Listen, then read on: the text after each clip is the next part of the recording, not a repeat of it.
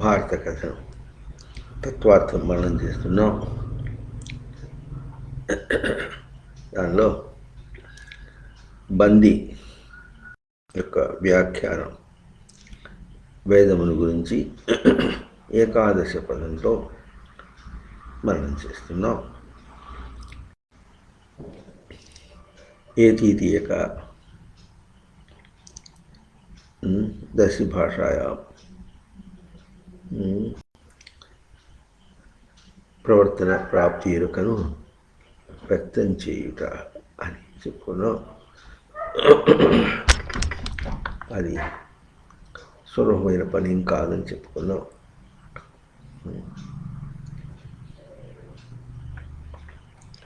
ఇవన్నీ ఎందుకు సులభం కాదు అంటే, భౌతిక ప్రక్రియలో అలవాటైనటువంటి మనిషి తన అభౌతిక స్థానంలో ప్రవర్తిస్తున్నప్పటికీ కూడా గ్రహించలేకపోతున్నాడు. దీనిలో రహస్యం మళ్ళీ ఒకసారి చెప్పుకుంటున్నాం. బయట భౌతికంలో తిరగాడుతున్నాడు అని ఎప్పుడన్నామో వాడెవడు? అర్థమవుతుందా? వాడు మన గబుక్కనే ఉన్నాం, ఇదిగో ఉన్నదిగా ఇదే ఈ బస్తా అంటాడు. ఈ బస్తా బయట తిరుగాడుతున్నది అని అనేస్తాడు. బస్తా తిరుగాడుతున్నది అన్నాడే అనుకో, వింటున్నారా? బయట తిరుగాడుతున్నదే అన్నాడు అనుకోండి. దీన్ని తిప్పేవాడెవడు?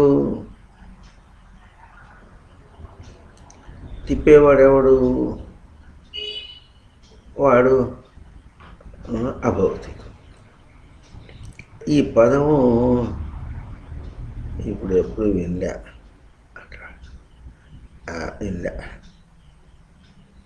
అభౌతికం వినలేదంటాడు.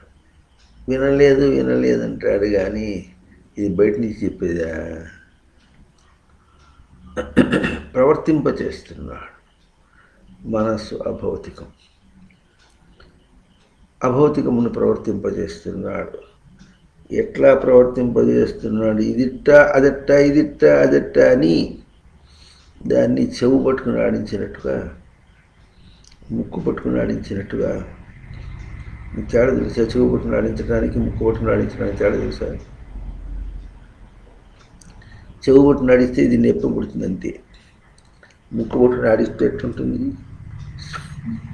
శ్వాస అద్దదు, కీచు పట్టాడు మనిషి. అట్లా ఆడించినట్టు ఈ మనస్సుని ఆడిస్తున్నాడు. వాడెవడు? నా మనస్సు ఉంటే ఆ మనస్సు ఎవరిదో? నాది. ఆ నాది ఎవరు? ఏనాదే?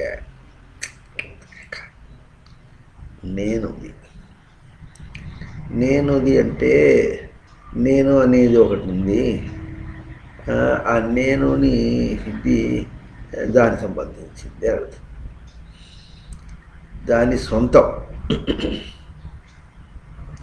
ఎట్లా సొంతం అంటే అవినాభావ సంబంధం అన్నమాట. నేనుకి మనస్సుకి అవినాభావ సంబంధం.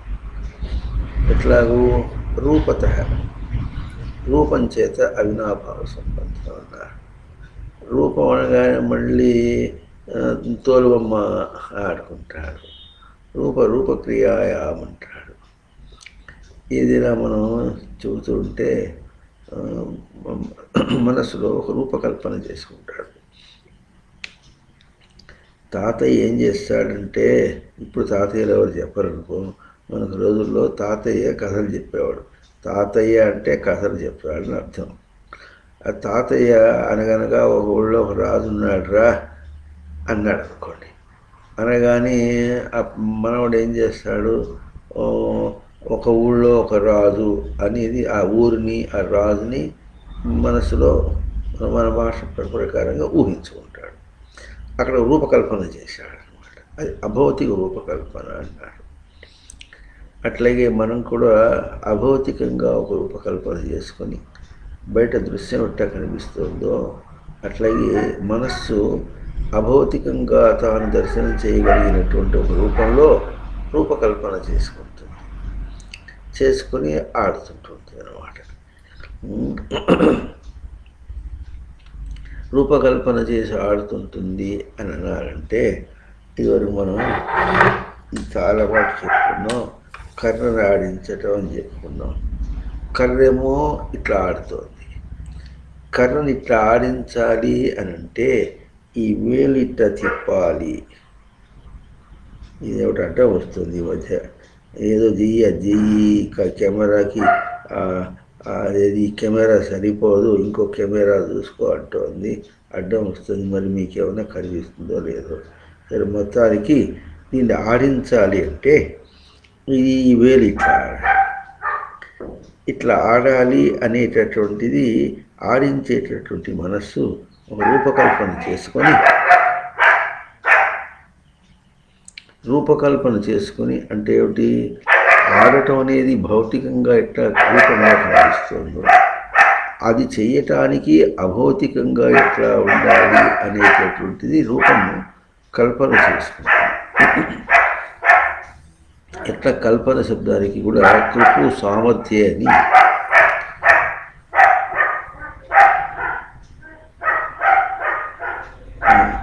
మనిషి యొక్క ప్రవృత్తి ఎట్లా ఉంటుందంటే, మీ కుక్క అరుస్తుంది చూసారా, ఆ కుక్క ఎట్లా అరుస్తుందంటే దానికి అన్నం పెట్టేవాళ్ళు కనిపిస్తే చాలు పెట్టేదాకా అరుస్తుంది. అయిందా? నిన్న రాత్రి వాళ్ళ పొద్దున ఏమైంది, వాళ్ళు లేరు. పొద్దున్నే ఎవరికో చెప్తే వాళ్ళు వచ్చి పెట్టిపోయారు. రోజు పెట్టేదాకా ఒక గంట సేపు బాగా అరుస్తుంది. అరిసేటటువంటి కుక్క ఇవాళ వాళ్ళు ఎవరో వచ్చారు, వాడు గబుక్కున పెట్టేశారు. ఏవో బిస్కెట్లు ఏవో ఉన్నాయట, అది పోసిన కాసిన పాలు పోసేమని వాడు ఎవరో చెబితే వచ్చి పోసి పెట్టేసి పోయేసిపోయినాడు. అంతే, గుట్టు చప్పుడు కాకుండా అది అరవకుండా తినేసి. గారాబం గజ్జలు గడిస్తే వీపు దెబ్బలు గడిచిందని ఒక సామెత ఉంది. అట్లాగే ఇదంతా కూడా కల్పన, తగుదనమ్మా అని కల్పన చేసుకోవటం. అది వేరు. ఇది ఎట్లా ఉంటుందంటే సామర్థ్యం. ఇది ఇట్లా ఆడాలి అంటే ఇట్లా ఉండాలి, వేలిట ఆడించాలి. కర్ర ఆడటానికి ఇది, దీన్ని సిమ్యులేటింగ్ అంటారు ఇంగ్లీష్లో. ఇంకానేమో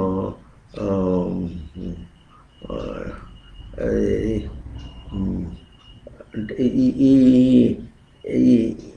ఈ కదలికని, ఈ భౌతికంగా ఈ చిన్న కదలికని కర్ర మీదకి మనం ట్రాన్స్పోజ్ చేస్తున్నాం, అంటే దాని మీదకి ఆపాదన చేస్తున్నాం అన్నమాట. అది ఎట్లా ఉంటుందో అట్లాగే ఈ వేలు మీదకి మనస్సు తన ప్రక్రియని ఆపాదన చేస్తుంది. ఇది ఎట్లా కర్ర ఆడుతూ ఉంటే ఈ వేలు ఎట్లా ఆడుతూ ఉంటుందో అట్లాగే ఈ వేలు ఆడుతుంటే మనస్సు కూడా అభౌతికంగా అట్లా ఆడుతూ ఉంటుంది అన్నమాట. అందువల్ల మనకు ఇదేమో స్థూలంగా కనిపిస్తూ ఉంటే ఇది కదలిక ఎట్లా ఉంది, మనకు కొత్తగా కనిపించినట్టుగా ఉంటే దీన్నే చూసుకుంటూ కూర్చున్నాం. లోపల దాన్ని అర్థం కావటం. ఇది ఎట్లా ఉంటుందో అట్లాగే మరి ఆ కుక్కకు కూడా పెట్టేవాళ్ళు ఎట్లా పెడుతున్నారో వాళ్ళు దానికి తెలుసు కనుక పెట్టకపోతే పగలబడి అరుస్తుంది. మన ఇంట్లో పిల్లలు కూడా ఏం చేస్తారు, పగలబడి ఏడుస్తారు. మరి పెళ్ళాం పుట్టింటికి పోయి డబ్బులు తీసుకురాకపోతే ఈయన పగలబడి నలుగుతాడు. ఇదే తప్పుతనం చేసినా మరి ఎవరు లోకం అంటే నంబి రామయ్య లోకం అని ఒక సామెత ఉంటుంది. పెళ్ళాం తప్పు చేసిందని దాన్ని ఆడిపోసుకుంటూ ఉంటాడు. ఇవన్నీ మనకు బయటమే గబుక్కన కనిపించేటప్పటికీ లోపల తిరిగిట్లంటే తన కారణం తెలియటం లేదు. అంటే విషయంలో చేసే తప్పు యొక్క కారణము తెలియటం లేదు. అట్లాగే విషయంగా చైతన్యం కదలికలు ఏం చేస్తున్నామో ఆ కదలికల యొక్క కారణం లోపల ఎట్లా ఉందో మనకు తెలియటం లేదు. అంటే విషయం ఉన్నందుకు విషయ కారణం ఎట్లా అవుతుందో, బయట భౌతికంగా కదలికలకి అభౌతికంగా కదలికలు ఎట్లా ఉంటాయో ఇది కూడా మనకు అర్థం కావటం లేదన్నమాట. అది ఆ దృష్టి వేరైనది. ఎటువంటి వేరైనది అంటే మామూలుగా తప్పు చేస్తే సవరించుకోవటం అనేటటువంటిది. తాను తప్పు చేశాను దాన్ని తెలియటం, దాన్ని సవరించుకోవటం, అది వెంటనే రావటం అనేది ఎట్లా ఉంటుందో ఇది దర్శనం. ఇది లేని వాడికి బయట ప్రక్రియతోనే అక్కడే అదే అనుకుని చూస్తున్నందువల్ల కారణం తెలియకుండా ప్రవర్తించి వెళ్ళాను ఇంకోటి మీద ఆరిపోసుకొని చేసేవాడు ఉంటాడు. అట్లాగే బయట కదలికలు చూసి సినిమా చూసేంత సినిమా చూస్తే నిద్ర వస్తుంది. ఎవరికన్నా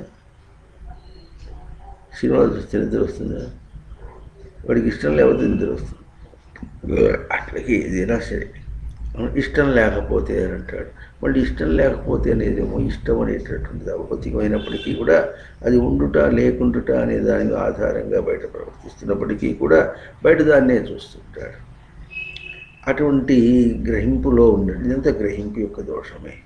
ఈ గ్రహింపులో ఉన్నవాడికి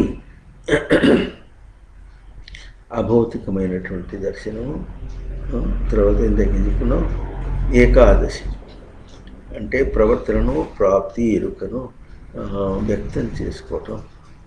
తనలో ఎటువంటి ప్రవర్తన జరుగుతుందో, ప్రాప్తి ఎట్లా జరుగుతుందో, తనకు జ్ఞానం ఎట్లా ఉంటుందో దాన్ని వ్యక్తం చేసుకోవటం చాలా కష్టం.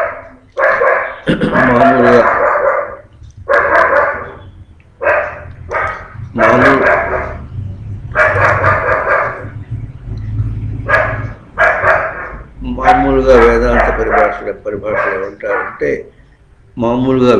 పరిభాషలు ఏమంటారంటే అది ఇట్లా లౌకిక దృష్టి అంటారు. లౌకిక దృష్టి ఉన్నవాడికి ఆధ్యాత్మిక దృష్టి అందదు అని అంటారు. అంటే ఏమిటో పెద్ద గొప్పగా చెప్పినట్టు అనుకొని లౌకిక దృష్టి గలవాడికి ఆధ్యాత్మిక దృష్టి అర్థం కాదండి, లౌకిక దృష్టి ఉన్నవాడికి ఆధ్యాత్మిక దృష్టి అర్థం కాదండి, లౌకిక దృష్టి ఉన్నవాడికి ఆధ్యాత్మిక దృష్టి అర్థం కాదండి చెప్పింది.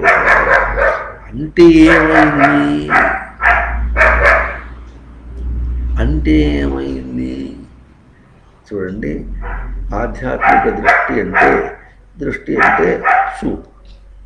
ఆధ్యాత్మికం అంటే ధారణగా నేను అన్నటువంటిది. అధ్యాత్మం అంటే ధారణగా ఆత్మ, అది ఆత్మ.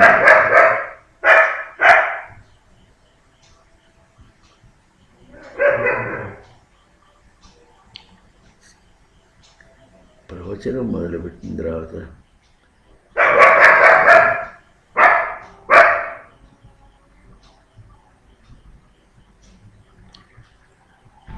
అది ఆత్మ.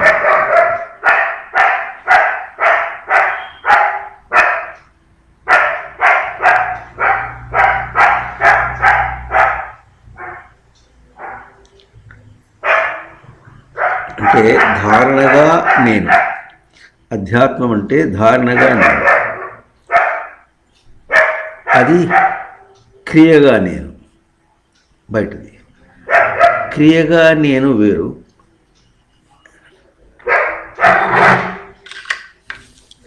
క్రియగా కర్ర ఆడించుట, క్రియగా చేతిని ఆడించి కర్రగా ఆడించటానికి అందించుట, ధారణగా చేసిందేమో మనస్సుది, దానికి ఇంకా ధారణ ఎవరు? నేను. కనుక ఇప్పుడు నేను ఆడిస్తున్నాను అన్నప్పుడు నేను ఆడించుటకు అట్లా అభౌతికంగా ధారణ స్వరూపమైన అన్నమాట. నేను ధారణ అన్నిటికీ కూడా నేను చేస్తూ ఉన్నా, నేను చూస్తూ ఉన్నా, నేను పోతున్నా వస్తున్నా అంటానికి నేను ధారణ స్వరూపం. ఈ నేను ధారణకి మనస్సు ధారణకి తేడా అంటే మనసు బుద్ధి చిత్తం ఇవన్నీ వాటినేమో అధ్యాత్మం అంటారు. నేను యొక్క ధారణ, నేను అనేది కేవలం ఉనికి సచ్చిదానంద స్వరూపంగా దాని యొక్క ధారణాన్ని అది స్థిరంగా ఉంటుంది కనుక అది అధిష్టానం అంటారు. అధిష్టానం అంటే అధితిష్టతి. అధి అంటే ధారణ, తిష్టతి స్థిరంగా. అధ్యాత్మం అంటే ధారణగా కలిగినటువంటి నేను. ఈ ధారణలో మనస్సు దగ్గర, బుద్ధి చక్రం దగ్గర అవి ఉనికి నుంచి తేజస్సును తీసుకుని ప్రవర్తిస్తాయి కనుక ఇక్కడ కమ్యూనికేషన్ గ్యాప్ అంటారు. అది గ్రహింపులో దానిలో దోషం రావటం, కొరత రావటం అన్నమాట. ఆ కొరత వచ్చినందువల్ల వ్యక్తీకరణ తక్కువ అవుతుంది. కొరత వచ్చినందువల్ల వ్యక్తీకరణ తక్కువ అవుతుంది.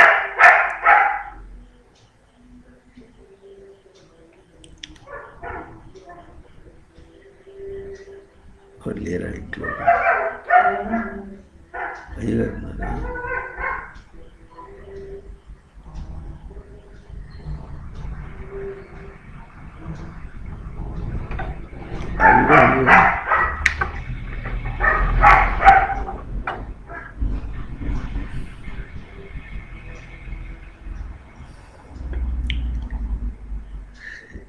శ్రీకృష్ణ అనమాటానికి ఇది కూడా ఒక గతి.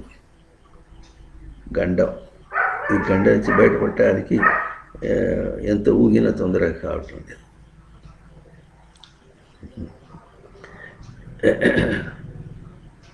సరే, ఎక్కడన్నా అర్థం ఉంది కదా. బయటది క్రియ, తనదేమో ధారణ. ఈ ధారణ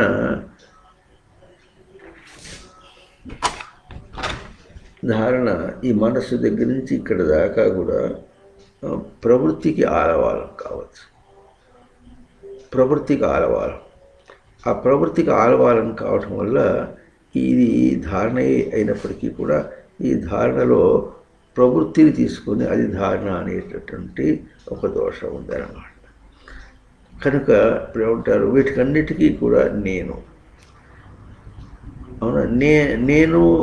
నేనుకు ఈ ప్రవృత్తి అంటే నేను గ్రహింపునందు ప్రవృత్తి అవుతుంది. ఉనికికి ప్రవృత్తి అంటే ఉనికి గ్రహింపునందు ప్రవృత్తి అని అర్థం. స్మృతి యందు ప్రవృత్తి అంటే స్మృతిని గ్రహించటంలో ప్రవృత్తి. అన్ని గ్రహించటంలో దోషం, అది దానిలో దోషం అని కాదు. అర్థమైందా? ఇప్పుడు ఈ సచ్చిదానంద స్మృతి ఉనికి ఉంది కదా, దాని యొక్క స్మృతి. ఇప్పుడు సచ్చిదానందములు అనేటటువంటి ఆ ఉనికి యొక్క చైతన్య దర్శనం ఏముందో అది అధిష్టానం, అంటే స్థిరమైనటువంటి ధారణ. ఈ ధారణ అనే పదాన్ని చెప్పుకోవడానికి కొంత ప్రయత్నం చేస్తున్నాం. ధారణ అంటే ఏంటంటే ధరించుట అని మామూలు అర్థం. దాన్ని మనం ఎక్కడ తీసుకుపెట్టాము, చొక్కా ధరించుట, బట్టలు ధరించడం అని అర్థం చెప్పుకుంటున్నాం. అయితే దాంతోపాటుగా చెప్పింది ధారణ చెయ్యి అని కూడా చెప్తుంటారు. చెప్పింది విని నిలుపుకో అని అర్థంలో చెప్పుకుంటుంటారు. అంతవరకే అర్థమవుతుంది. కానీ ధారణ అనే మాట ఎట్లా ఉంటుంది, చెప్పింది ధారణ చెయ్యి అన్నప్పుడు ఏమొస్తుంది, బయట నుంచి చెప్పబడిన దాన్ని లోపల ధారణ చేయటం వస్తుంది.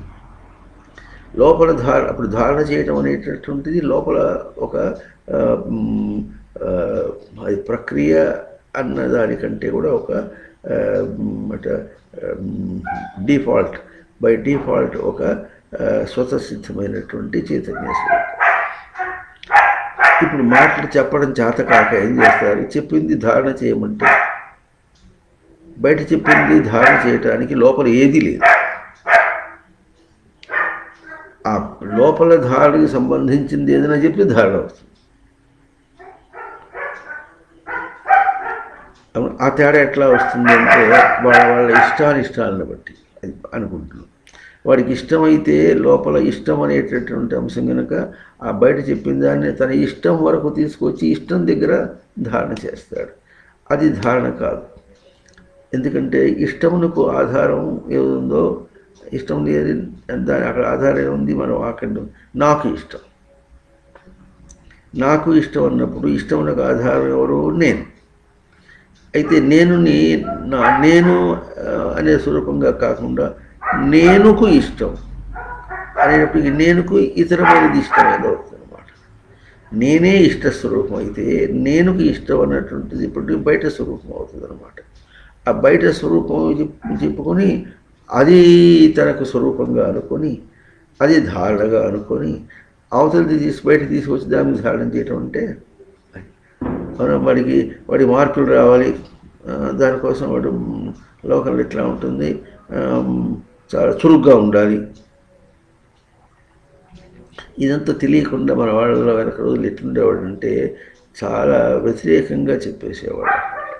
ఉదాహరణకి ఎట్లా అంటే ఆ బ్రాహ్మణుడు అంటే ఒడిపప్పే, లోకంలో చూడు ఇతర కులాల వాళ్ళు ఎంత పోయి చదువుకుంటున్నారు, డబ్బులు సంపాదిస్తున్నారు. చాలా తప్పు. బ్రాహ్మణుడు పప్పు కాదు. బ్రాహ్మణుడు అన్నమాట తనలో తనకే అర్థం.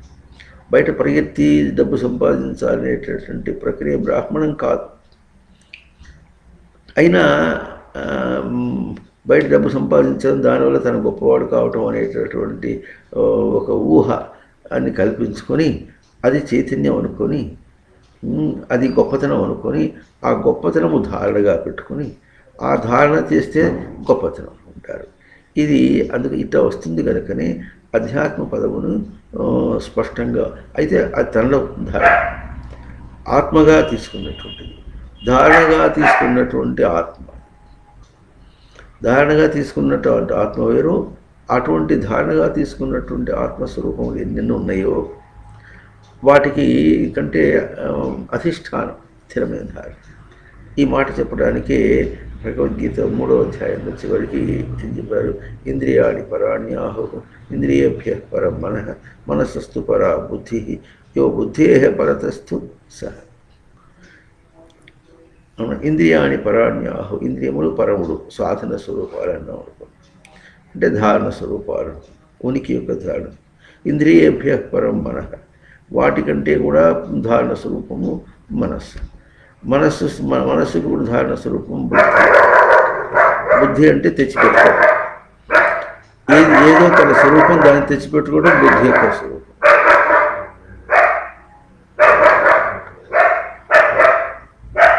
యో బుద్ధే పరతస్తు సహ, బుద్ధి కంటే ఏది పరమో అది ధారణ. అవునా?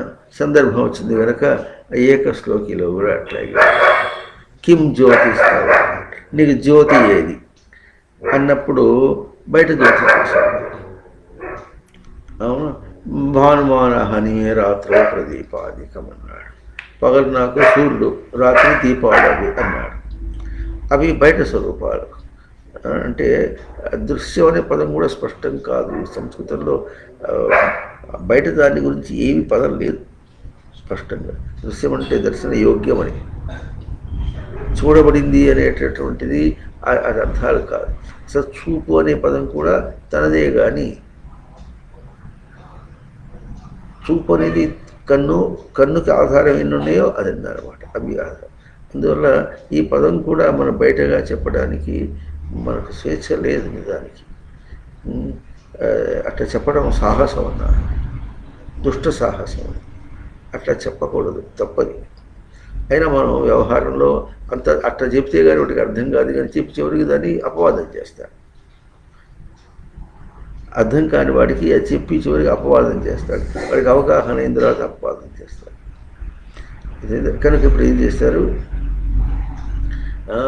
పగలేమో సూర్యుడు, రాత్రేమో అవునా దీపం అన్నాడు. అవునా, రవిదీప దర్శన విధౌ కిం అన్నాడు. కిం జ్యోతి అనేటప్పటికి అర్థమైనప్పటికీ దానికి జ్యోతి ఏది అనే పదం జ్యోతి పదంగా తీసుకుంది. ఎందుకంటే అవి మనకు వెలుగులుగా కనిపిస్తున్నాయి కనుక ఆ శ్లోకం జ్యోతిని పదం తీసుకుంది. దానికి ధారణ ఏమి? దేన్ని ఆధారంగా చేస్తున్నావు అంటే చక్షు అన్నాడు, కన్ను అన్నాడు. కన్ను అన్నాడు కానీ చక్షుంగ్ వ్యక్తాయాం వాచి, లోపలిది వ్యక్తం చేసేది చక్షు. అంతగా ఉన్నప్పటికీ కూడా చక్షు శబ్దం అంత స్పష్టంగా ఉన్నప్పటికీ కూడా చక్షు అన్నాడు. ఎందుకంటే చక్షు అంటే కన్ను. శ్లోకంలో చక్షు అని ఉంది, మనం కన్ను అనేసి. అప్పుడు వెంటనే ఏమన్నాడంటే ఆ పదం వాడినప్పటికీ కూడా అది బయట అర్థంతో వాడినాడు అన్నట్టు అని స్పష్టం చేసుకొని, ఎందుకంటే ఆ సమాధానం ఇచ్చినటువంటి పసివాడు సాధకుడు ఎవరున్నారో వాడు బయట దృష్టితోనే ఉన్నాడు కనుక అనుకుని వెంటనే తస్య నిమీలనాది సమయేకి అన్నమాట.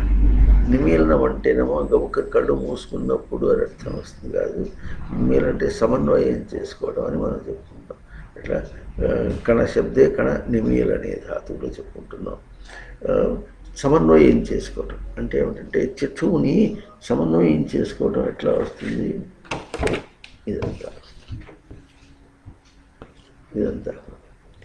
చక్షువుని ఎట్లా సమన్వయం చేసుకుంటాడంటే, బయట దాన్ని తీసుకొస్తే అది నాకు నయనమే, నేను దాన్ని తీసుకుంటున్నాను, తీసుకుని అక్కడ ప్రాపణమును వ్యత్యాసం చేస్తాను. నేను ఏం పొందాను నీ ప్రాపణే, ఏం పొందాను అనేది నిశ్చయం చేసి ఆ పొందిన దాన్ని వ్యక్తం చేస్తాను. ఇది సమన్వయం చేయటం అన్నమాట. చక్షు తస్య నిమీలనాది సమయే కిం, దాన్ని సమన్వయం చేసుకోబోయేటప్పుడు, ఇప్పుడు సమన్వయం ఏదో చూసా, అది నేను ఎట్లా అనుకున్నా, అది ఎట్లా అయింది, ఇది ఇట్లా అయింది అని ఇట్లా అనుకుంటున్నాం కదా, ఇవన్నీ కూడా తనకు సమన్వయం చేసుకోవటం అన్నమాట. తస్య నిమీలనాది సమయే కిం ధీహి అన్నారు. దాన్ని సమన్వయం చేసుకోవడానికి ఎట్లా ఉంటుందంటే, నేను అని ఈ తేజస్సును ఎక్కడ తెచ్చిపెట్టుకుని, గ్రహింపుకు తెచ్చిపెట్టుకుని దాంతో గ్రహిస్తున్నాను. అంటే దీనిలో ఇవన్నీ ఎట్లా ఉంటుందంటే, గ్రహించుటని ఒకటి ఉంటే ఆ గ్రహింపుకు గ్రహించేటటువంటిది తనకు ధర్మం, ధారణ స్వరూపం అన్నమాట. వర్చ్యూ అంటారు ఇంగ్లీష్లో, ధారణ స్వరూపం. ఆ ధారణ స్వరూపం వచ్చినప్పుడు ఇది దేన్ని ధారణ చేస్తోంది అని మళ్ళీ ప్రశ్న వస్తుంది. ఏది అన్నిటికీ ధారణగా ఉన్నదో, ఏ ఉనికి అన్నిటికీ ధారణగా ఉన్నదో అది ధారణ చేస్తుంది అన్నమాట. కనుక తస్య నిమీలనాది సమయే కిం అంటే దాన్ని సమన్వయం చేసుకునేప్పుడు ఎట్లా ఉందంటే ధీహి. ధీహి అంటే బుధ అవగమనం. ధారణ శబ్దం ధాతుకు అక్కడ ధీహి శబ్దానికి బుద్ధి అని అర్థం చెప్పుకుంటే ఇప్పుడు బుధ అవగమనం అంటే ఈ సచ్చిదానంద స్మృతిని ఎక్కడ నేను దర్శనం చేయటానికి తెచ్చిపెట్టుకున్నాను అని అర్థం. పాలు పోయించుకోవాలంటే గిన్నె తీసుకెళ్తున్నాం ఎట్లాగో, అట్లాగే మనం ఏం చేస్తున్నాం, బయట ప్రవర్తించేటప్పుడు లోపల తేజస్సుని తాను తెచ్చిపెట్టుకొని బయట ప్రవర్తించాలన్నమాట. ఆ తెచ్చిపెట్టుకున్నటువంటిది బుద్ధి. అది ఒక అభౌతికమైనటువంటి సెన్స్ అని ఇంగ్లీష్లో ఉంటారు. అభౌతికమైనటువంటి ఒక పాత్రత, అర్హత. దాన్ని మనం లోకంలో ఏమిటి చెప్పినట్టుకి చెబితే ధారణ ఉండాలి, సామర్థ్యం ఉండాలి, చాకచక్యం ఉండాలి. ఇటువంటి మాటలు మనం ఎన్ని మాట్లాడతామో ఆ చాకచక్యం ఒకటి ఉండి బయట ప్రవర్తనలో చాకచక్యం ప్రయోగం చేస్తారు. చాకచక్యం తన దగ్గర ఉండి ప్రయోగం చేస్తారు. అట్లాగే ధారణ తన దగ్గర ఉంది ప్రయోగం చేస్తారు. సామర్థ్యం తన దగ్గర ఉండి, ఈ సామర్థ్యం తన దగ్గర ఉన్నటువంటిది, చాకచక్యం తన దగ్గర ఉన్నటువంటిది ఏమో తనకు ధారణ స్వరూపాలు. అట్లాగే ఈ ధారణ స్వరూపములు మనం ఎట్లా చెప్పుకున్నాం, చాకచక్య రూపంలో చెప్పుకున్నాం, సామర్థ్య రూపంలో చెప్పుకున్నాం, ఇంకా ఊహ ఎన్ని చెప్పుకున్నామో ఇన్ని రూపాల్లో చెప్పుకున్నాం. అయితే ఇన్ని రూపాల్లో ఉన్నటువంటి దానికి ఇవన్నీ ఎట్లాగో ఒకదాని ఒక ధారణకి ఇన్ని రూపాలు చెప్పుకున్నాం. అంటే పాత్రలాగా, అంటే పాలు పోయించుకోవాలంటే లీటరు గిన్నె ఉంది, 2 లీటర్ల గిన్నె ఉంది, 3 లీటర్ల గిన్నె ఉంది, 4 లీటర్ల గిన్నె ఉందని అని ఎట్లా మనం కెపాసిటీ చెప్తున్నాం అనమాట. ఎట్లా చెప్తున్నామో ఆ సామర్థ్యం, కెపాసిటీ, గ్రహింపు నిలుపుకోగలిగినటువంటి సామర్థ్యం అనమాట. అది కనుక అతను ఏమన్నాడు, ధీహి అన్నాడు గబుక్కని ధీహి అని చెప్పినప్పుడు అతను ఎంత ఆలోచన చేశాడా తెలియదు. అప్పుడు ఏమన్నా ధీయోదర్శనే ఎక్కిమ్మన్నాడు. అంటే లీటర్ పాలు గిన్నె తీసుకెళ్ళాలన్నా 2 లీటర్లు తీసుకెళ్ళాలి, 4 తీసుకెళ్ళాలంటే వాడు పోయించుకునేది లీటర్. అప్పుడు ఏమంటాడంటే 4 లీటర్లు గిన్నె తీసుకుపోతున్నాడు. ఎందుకు అంటే పడుతుందిగా, ఎట్లయితే ఏదైతే అన్నాడు అనుకో. అంటే వాటిలో గ్రహింపు లేదన్నమాట సరిగా. అది దీనిలో పోసుకోవటం వరకే తీసుకున్నాడు, అంతవరకే ధారణ చేసుకున్నాడు. కానీ దేనికి ఎంత తీసుకోవాలనో అట్లాగే మాట్లాడటం అంటే నోట్ల నుంచి మాట్లాడటం అనుకోండి, ఏం మాట్లాడాలో, ఎట్లా మాట్లాడాలో, దేనికోసం మాట్లాడాలో లోకం అంటే అట్లాగే బుద్ధి అనే దానికి దేవ దర్శనం చేయాలి. అంటే ఏం దర్శనం చేయాలి? ఇప్పుడు బుద్ధి అంటే ఎట్లాగైతే సచ్చిదానంద స్మృతిని తెచ్చిపెట్టుకోవడం అనేది ఎట్లా అన్నామో, దానికి దర్శనం ఎట్లా ఉంటుంది? ఎంత తెచ్చిపెట్టుకున్నాను. తనకు పూర్ణత్వం ఉంటే పూర్ణత్వంలో ఎంత భాగం తెచ్చిపెట్టుకున్నావు, పూర్ణమై తెచ్చిపెట్టుకున్నావా అనేది వస్తుంది అన్నమాట. అప్పుడు దేవ దర్శనే కిం తత్ర అహం. ఇప్పుడు ఎవరు చేయాలి? నేను, ఇంకెవరు చేయటానికి. ఇప్పుడు సచ్చిదానందములు ఎవరివి? అహం శబ్దవాచ్యం, నాకు లక్షణాలు. అహం పూర్ణం. అది అది ఎంత పూర్ణము? ఎంత పూర్ణం అంటే ఏది? బయట ఎంత దూరం వెళ్ళి ప్రవర్తించినప్పుడు కూడా నేను అనే పదం లేకుండా చెప్పు. ప్రక్రియ చేయిపోని నేను కదిలించకుండా, నేను గ్రహింపులో పెట్టుకోకుండా, ఆ గ్రహింపుని పెట్టి చేస్తున్నాము, ధారణలో పొల్యూట్ చేస్తున్నాం అన్నమాట. అంటే దాన్ని ఎట్లా చేస్తున్నాము? దుష్టం చేస్తున్నాం. ఎట్లా దుష్టం చేస్తున్నాము? ప్రవృత్తి రూపంలో చేస్తున్నాం. ప్రవృత్తి రూపంలో చేసినప్పుడు ధారణ ఏమో తన స్వరూపము, అదేమో కల్తీ చేయబడి చూస్తున్నాం. కనుక అక్కడ విశేషంగా చెప్పుకుంటున్నాం అంటే బయటది క్రియ. అధ్యాత్మం అనేటటువంటి ఎట్లా ఉంటుందంటే ధారణ కలిగినటువంటి నేను, ఈ ధారణ కలిగినటువంటి నేను కల్తీ చేయబడుతుంది అనమాట. కనుక ఇప్పుడు ఏమన్నారు? కల్తీ చేయనటువంటిది ఏది ఉంటుందో అది అధిష్టానం. ఎంతగా కల్తీ చేయడం, లేకపోతే ఎంత ఎఫిషియన్సీ, సామర్థ్యవంతం. ఆ సామర్థ్య శబ్దాన్ని మనం ఇక్కడ ఏం చెప్పుకున్నాం? ఇక్కడ ఇదేమో పూర్ణం, సత్తుకి చైతన్య స్వరూపాలు. దీన్ని ప్రవర్తింపజేయటం. ఎంత ప్రవర్తింపజేస్తారో, ఎంత సామర్థ్యం, ఇవన్నీ వస్తుంది. ఇవన్నీ కూడా ధారణ స్వరూపాలే. సత్తుకి చైతన్య ప్రకాశ నివాస విచారణ ధ్యానం ధారణ స్వరూపం. అవునా? దీనికి ధారణ స్వరూపములు ఇవన్నీ కూడా.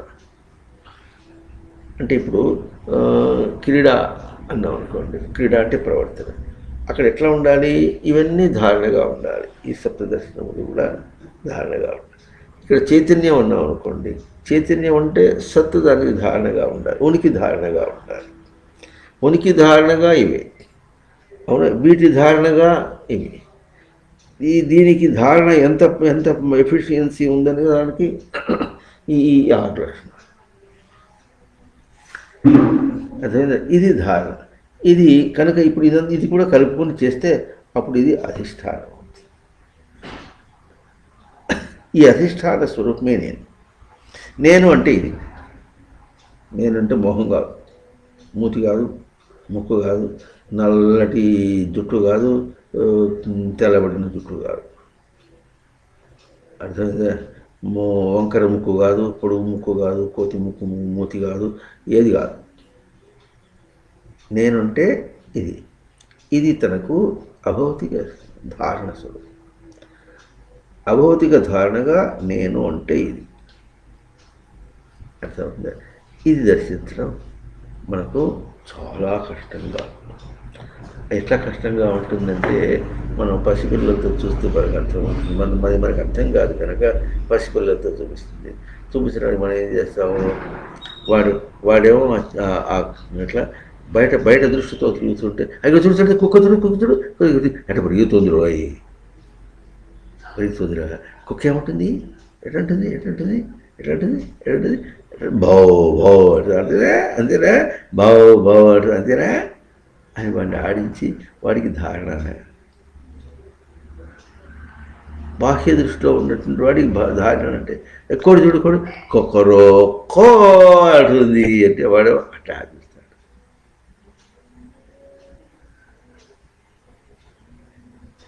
ఇతను పిల్లి ఏముంటుందిరా?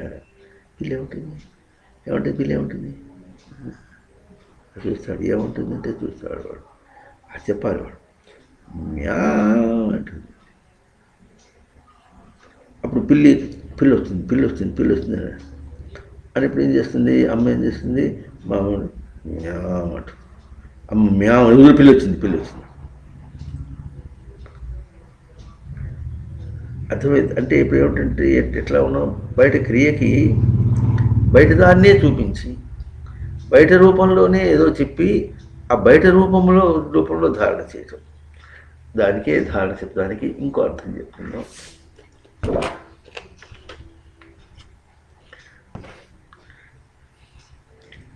ఈ ఉనికి స్వరూపాన్ని దృశ్య రూపంలో బయట రూపంలో ధారణ చేస్తున్నాడు, ఇంద్రియ రూపంలో ధారణ చేస్తున్నాడు, మెదడు రూపంలో ధారణ చేస్తుంది, మనస్సు రూపంలో ధారణ, బుద్ధి రూపంలో ధారణ, ఇంకా చిత్త రూపంలో ధారణ, అహంకార రూపంలో ధారణ, తెలివి రూపంలో ధారణ, తెలివి శ్రవణ రూపంలో ధారణ, మనస్సు ఎరుకలో ధారణ, స్మృతి రూపంలో ధారణ. ఇప్పుడు ఏమవుతుంది, క్రమంగా పెరిగేటప్పటికి ధారణ స్థానం పెరుగుతుందన్నమాట. పెరిగినప్పటికీ కూడా ఇంతదాకా కూడా అది ప్రవృత్తి ధారణలో రావచ్చు. ఎరుక స్మృతి కూడా దెబ్బతింటుంది. స్మృతి శబ్దానికంటే స్మృతి అంటే దేని యొక్క స్మృతి అని ప్రశ్న వస్తుంది, అవునా అని ప్రశ్న వేయచ్చు. కానీ స్మృతి అంటే ఎప్పుడు కూడా ఉనికి యొక్క స్మృతిని అర్థమే. కానీ వీడేం చేశాడు, స్మృతిని విషయాత్మకంగా తీసుకొని దాని యొక్క ధారణ ఉన్నాడు. ఇప్పుడు జ్ఞాపకం అన్నాడు, మెమరీ అనేసాడు. మెమరీ అనేది బాగా ప్రచారం అయిపోయింది లోకంలో.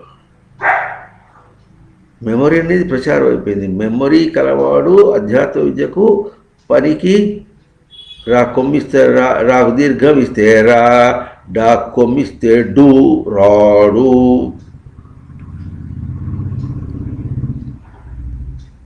అర్థమవుతుందా? మరి శ్లోకాలు జ్ఞాపకం పెట్టుకోవద్దు అంటాడు, అదే వద్దనేది. శ్లోకాలు జ్ఞాపకం పెట్టుకోవద్దు, శ్లోకాలను ధారణ చేయి. లెక్క అర్థమవుతుందా? శ్లోకాలు, భగవద్గీత శ్లోకాలు ఏదైనా సరే ఇట్లా, తర్వాత వేదాంత ప్రక్రియని కానీ ప్రక్రియ అభౌతిక స్వరూపం. శ్లోకాలు భౌతికంగా అక్షరాల రూపంలో ఉన్నాయి.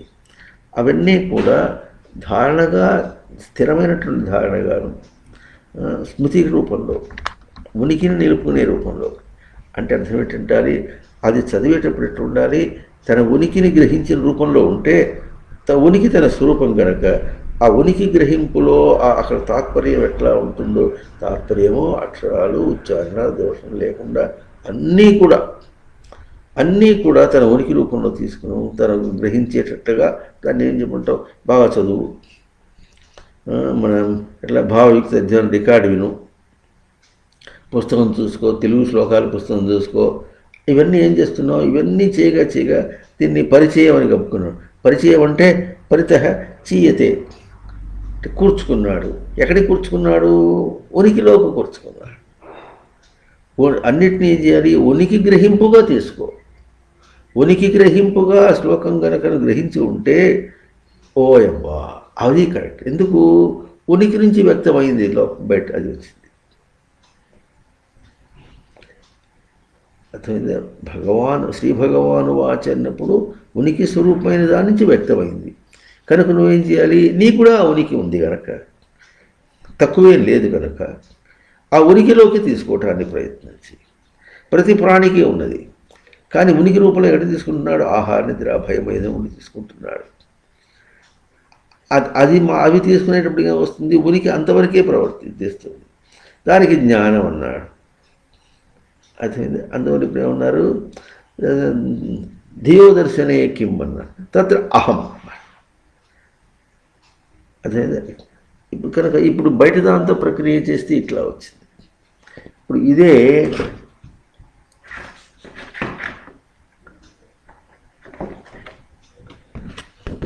దీంతో తీసుకున్నప్పుడు ఎట్లా వస్తుంది, బయట నుంచి ప్రక్రియకు వద్దాం అంటే ఎట్లా, ఇక్కడ ఇది చివరి ఈశ, అంతేనా, ఐశ్వర్యం, నియామకం. నేను ఏం నియామకం చేయాలి ఇప్పుడు, తను తాను తెలుసుకోవటానికి ఎట్లా నియామకం చేయాలి. ఇది ఎక్కడ మాట్లాడుతున్నాం, ఇది ఈ చార్ట్లో చివరికి ఉనికి ఉంది చూసారా, ఆ ఉనికి స్వరూపం ఇది. ఇక్కడి నుంచి ఏం చేసాం, పైన బయట బయట దృశ్యం నుంచి ఇక్కడ దాకా చెప్పుకున్నాం. ఇప్పుడు ఇక్కడ ఇక్కడ ఇక్కడ ఈ ఉనికి దగ్గర ఎంత స్పష్టంగా లోతుగా చెప్పుకోవాలి అంటే, ఉనికిని నియామకం చేయటం, అది సామర్థ్యం. నియామకం అంటే ఇది ఉనికి, అపాయింటింగ్ ఇట్, అంటే ఉనికి అంటే అది కాదు ఇది అని చేసుకోవడం. అది ఎప్పుడు ఎప్పుడు వీలవుతుంది? అది దానికి తనకు ఉనికిని పొంది ఉంటే బల ప్రాణనే పొంది ఉంటే వస్తుంది. ఆ పొంది ఉంటే ఎప్పుడు వస్తుంది? అది వీర్యం ఉన్నారు. దాని నుండి పురోగతిలో ఉంటే ఆ వీర్యం వస్తుంది. ఆ పురోగతి ఎప్పుడు వస్తుంది అంటే, అది నీకు తేజస్సుగా ఉంటే పురోగతి వస్తుంది. తేజస్సు ఎప్పుడు వస్తుంది? అది నీకు ఎరుకలో ఉంటే వస్తుంది. ఎరుక ఎప్పుడు ఉంటుంది? సామర్థ్యం ఉంటే వస్తుంది. దేని యొక్క సామర్థ్యము? ఇది గతి ప్రవర్తన ప్రాప్తి ఎరుక. అది ఎప్పుడు ఉంటుంది? కాంతి. అది నీకు వెలుగుతూ ఉంటాయి, వెలుగుగా ఉండాలి. వెలుగుగా అంటే లైమ్ లైట్, ఎప్పుడు ఆరిపోకుండా ఉండాలన్నమాట. అది ఉంటే వస్తుంది. అది ఎప్పుడు వస్తుంది? అది విశ్రాంతిలోనే ఉంటుంది, శ్రాంతం కాదు. శ్రాంతం అంటే అలసట, విశ్రాంతి అంటే విగత శ్రాంత, విశ్రాంతి విగత శ్రాంతం అన్నమాట. అంటే అలసట లేకుండా. అలసట ఎప్పుడు వస్తుంది? అంత బయట వాటితో ఉంటే అలసట వస్తుంది, ఉనికి. అవును, ఆ అలసట లేకుండా వస్తే అప్పుడేమొస్తుంది? తృప్తి ఉంటుంది. ఈ విశ్రాంతి ఎప్పుడు వస్తుంది? తృప్తి ఉంటే వస్తుంది. తృప్తి ఎప్పుడు కలుగుతుంది? ధారణ చేసిన హర్షం అయితే తన హర్షము సంతోషము ధారణ చేయాలి. ఇది నాకు ధారణ. అవునా, ఇది కూడా మనకు బాగా తెలుస్తుందండి. ఒకప్పుడు ప్రవర్తించిన సాధకుల్లో ఈ మార్పు గుర్తించాలి. ఒకప్పుడు చేసినప్పుడు మనకు మెదడులో కూడా ఎంత అల్లకల్లోలంగా ఉంటుందో గుర్తించడం. మనిషి మెదడులో అల్లకల్లోలం ఉంటుంది. తాను విశ్రాంతి పొందాడెప్పుడో అప్పుడు మెదడులో ఆ అల్లకల్లోలం ఉండదు. భౌతికంగా ఏదైనా రోగం ఉండొచ్చు, కానీ మానసికమైన గౌకర పదం వాడుకుంటాం, లేకపోతే ఆధ్యాత్మికంగాను తన గ్రహింపుకి తీసుకోవడానికి మెదడులో ఏమీ తేడా లేదు. అక్కడ విశ్రాంతిగా ఉంటుంది. విశ్రాంతి అయిన మొదటికి భౌతికంగా ఏదైనా రోగం రావచ్చు. అర్థమవుతుందా? అట్లా అనమాట. కనుక అది దాని యందు ధారణ ఎందు చేసిన హర్షం అంటే సంతోషం లాంటిది అనమాట. అది ఎప్పుడు వస్తుంది? స్థుతి విలువ కడితే తెలుస్తుంది. విలువ పొంది ఉంటే అప్పుడు ఇది వస్తుంది. అంటే దీనికంటే ముందు స్థానం అన్నమాట ధారణ. ఇవన్నీ కూడా ఎట్లా వస్తున్నాయి? దీనికి ఇది ధారణ స్థానం, దీనికి ఇది ధారణ, దీనికి ఇది ధారణ, అట్లా ఒకదాన్ని గుర్తుకుంటూ అది ధారణ వస్తుంది. ఆ తర్వాత విలువ ఎప్పుడు తెలుసుకున్నాడో అప్పుడు జ్యుతి వెలిగించుకున్నాడు. వెలుగు ఎప్పుడు ఉంటుంది? ఇక్కడ వెలుగు ఇక్కడ వచ్చింది. వెలిగించుకున్న తర్వాత ఇంతదిగా ఉంటే అప్పుడు వస్తుంది వెలుగు. వెలిగించుకున్నటువంటి దశ వేరు, వెలుగు నిలిచిన దశ వేరు అన్నమాట. ఇప్పుడు ఎప్పుడు వెలిగించుకుంటాడు? అది వ్యవహారం చేసినప్పుడు. మన వ్యవహారం అంటే ఇంగ్లీష్లో ట్రాన్సాక్షన్ అని, వ్యవహారం అంటే బయట పనులతో వ్యవహారం అనే మాట పశ్చాబద్ధం. అవహరతి, హరతి తీసుకోవడం, అవునా? అవహరతి భద్రంగా తీసుకోవడం. మన మానసికార్థంలో శ్లోకం చూడండి. నిత్యోత్సవో భవేత్ తేషాం నిత్యశ్రీ నిత్యమంగళం ఏషాం హృదయస్థో భగవాన్ మంగళాయతనం హరి. అది ఎవరు? మంగళాయతనం హరి, అమంగళాయతనం కాదు. ఆయతనం అంటే పొందుట, మంగళమును పొందుట. మంగళాయతనం హరి అంటే హరి అంటేనేమో హరిని తీసుకోవటం, మంగళాయతనమైన దాన్ని తీసుకోవటం. ఎప్పుడవుతుంది? ఏషాం హృదయస్థో భగవాన్. భగవాన్ అంటే ఇది ఎప్పుడు ఉంటుంది? దీనంటికి కూడా సామర్థ్యం అన్నమాట. అప్పుడు ఇదంతా కూడా భగవాన్ స్వరూపమే అవుతుంది. ఏషాం హృదయస్థో భగవాన్. హృదయం అంటే మళ్ళీ హరిహరణే తీసుకోవటం. ఎక్కడ గ్రహింపులో ఇదంతా ఉంటుందో వాళ్ళకి నిత్యోత్సవో భవేత్.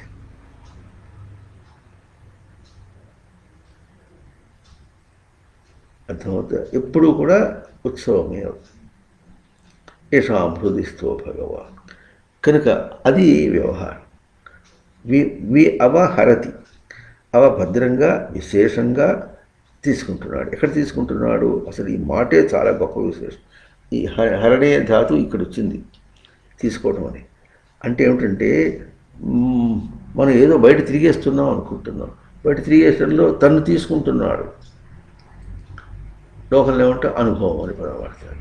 ఈ అనుభవం పదం ఎట్లా చేస్తాడు? అనుభవం దానిలో అనుభవం మాట్లాడతాడు. అనుభవ శబ్దానికి దాంతో ప్రేరణ లేకుండా తనకేం కలుగుతుందో ఇది అనుభవం.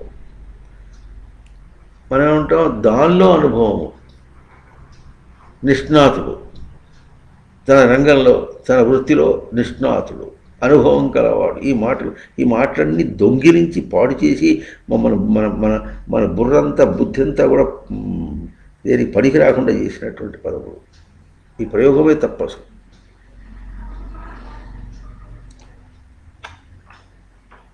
అది ఎట్లా ఉంటుందంటే, లోకంలో కొంతమంది ఏం చేస్తారంటే వాళ్ళ పబ్బం అన్ని వాడతారు. ఎట్లా ఎంతమంది వాడితే తెలిసిన పబ్బం అంటే వాళ్ళ అవసరం తీర్చుకోవటం కోసమని ఎవరినైనా సరే ఎట్టంటే వాడి జుట్టు పట్టుకున్నా కాళ్ళు పట్టుకున్నా ఎట్టైనా సరే వాడిని వాడుకుంటారు.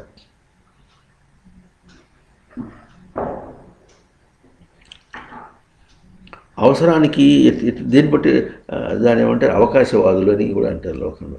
అవకాశవాదులుగా ఉన్నట్టుగా మనం ఏం చేసామంటే మన అవసరాలకి, మన ప్రవృత్తికి ఈ భాషని, సంస్కారాన్ని కూడా భ్రష్టు చేసి ఎట్లా చేసి మన అవసరం తీర్చుకోవాలి.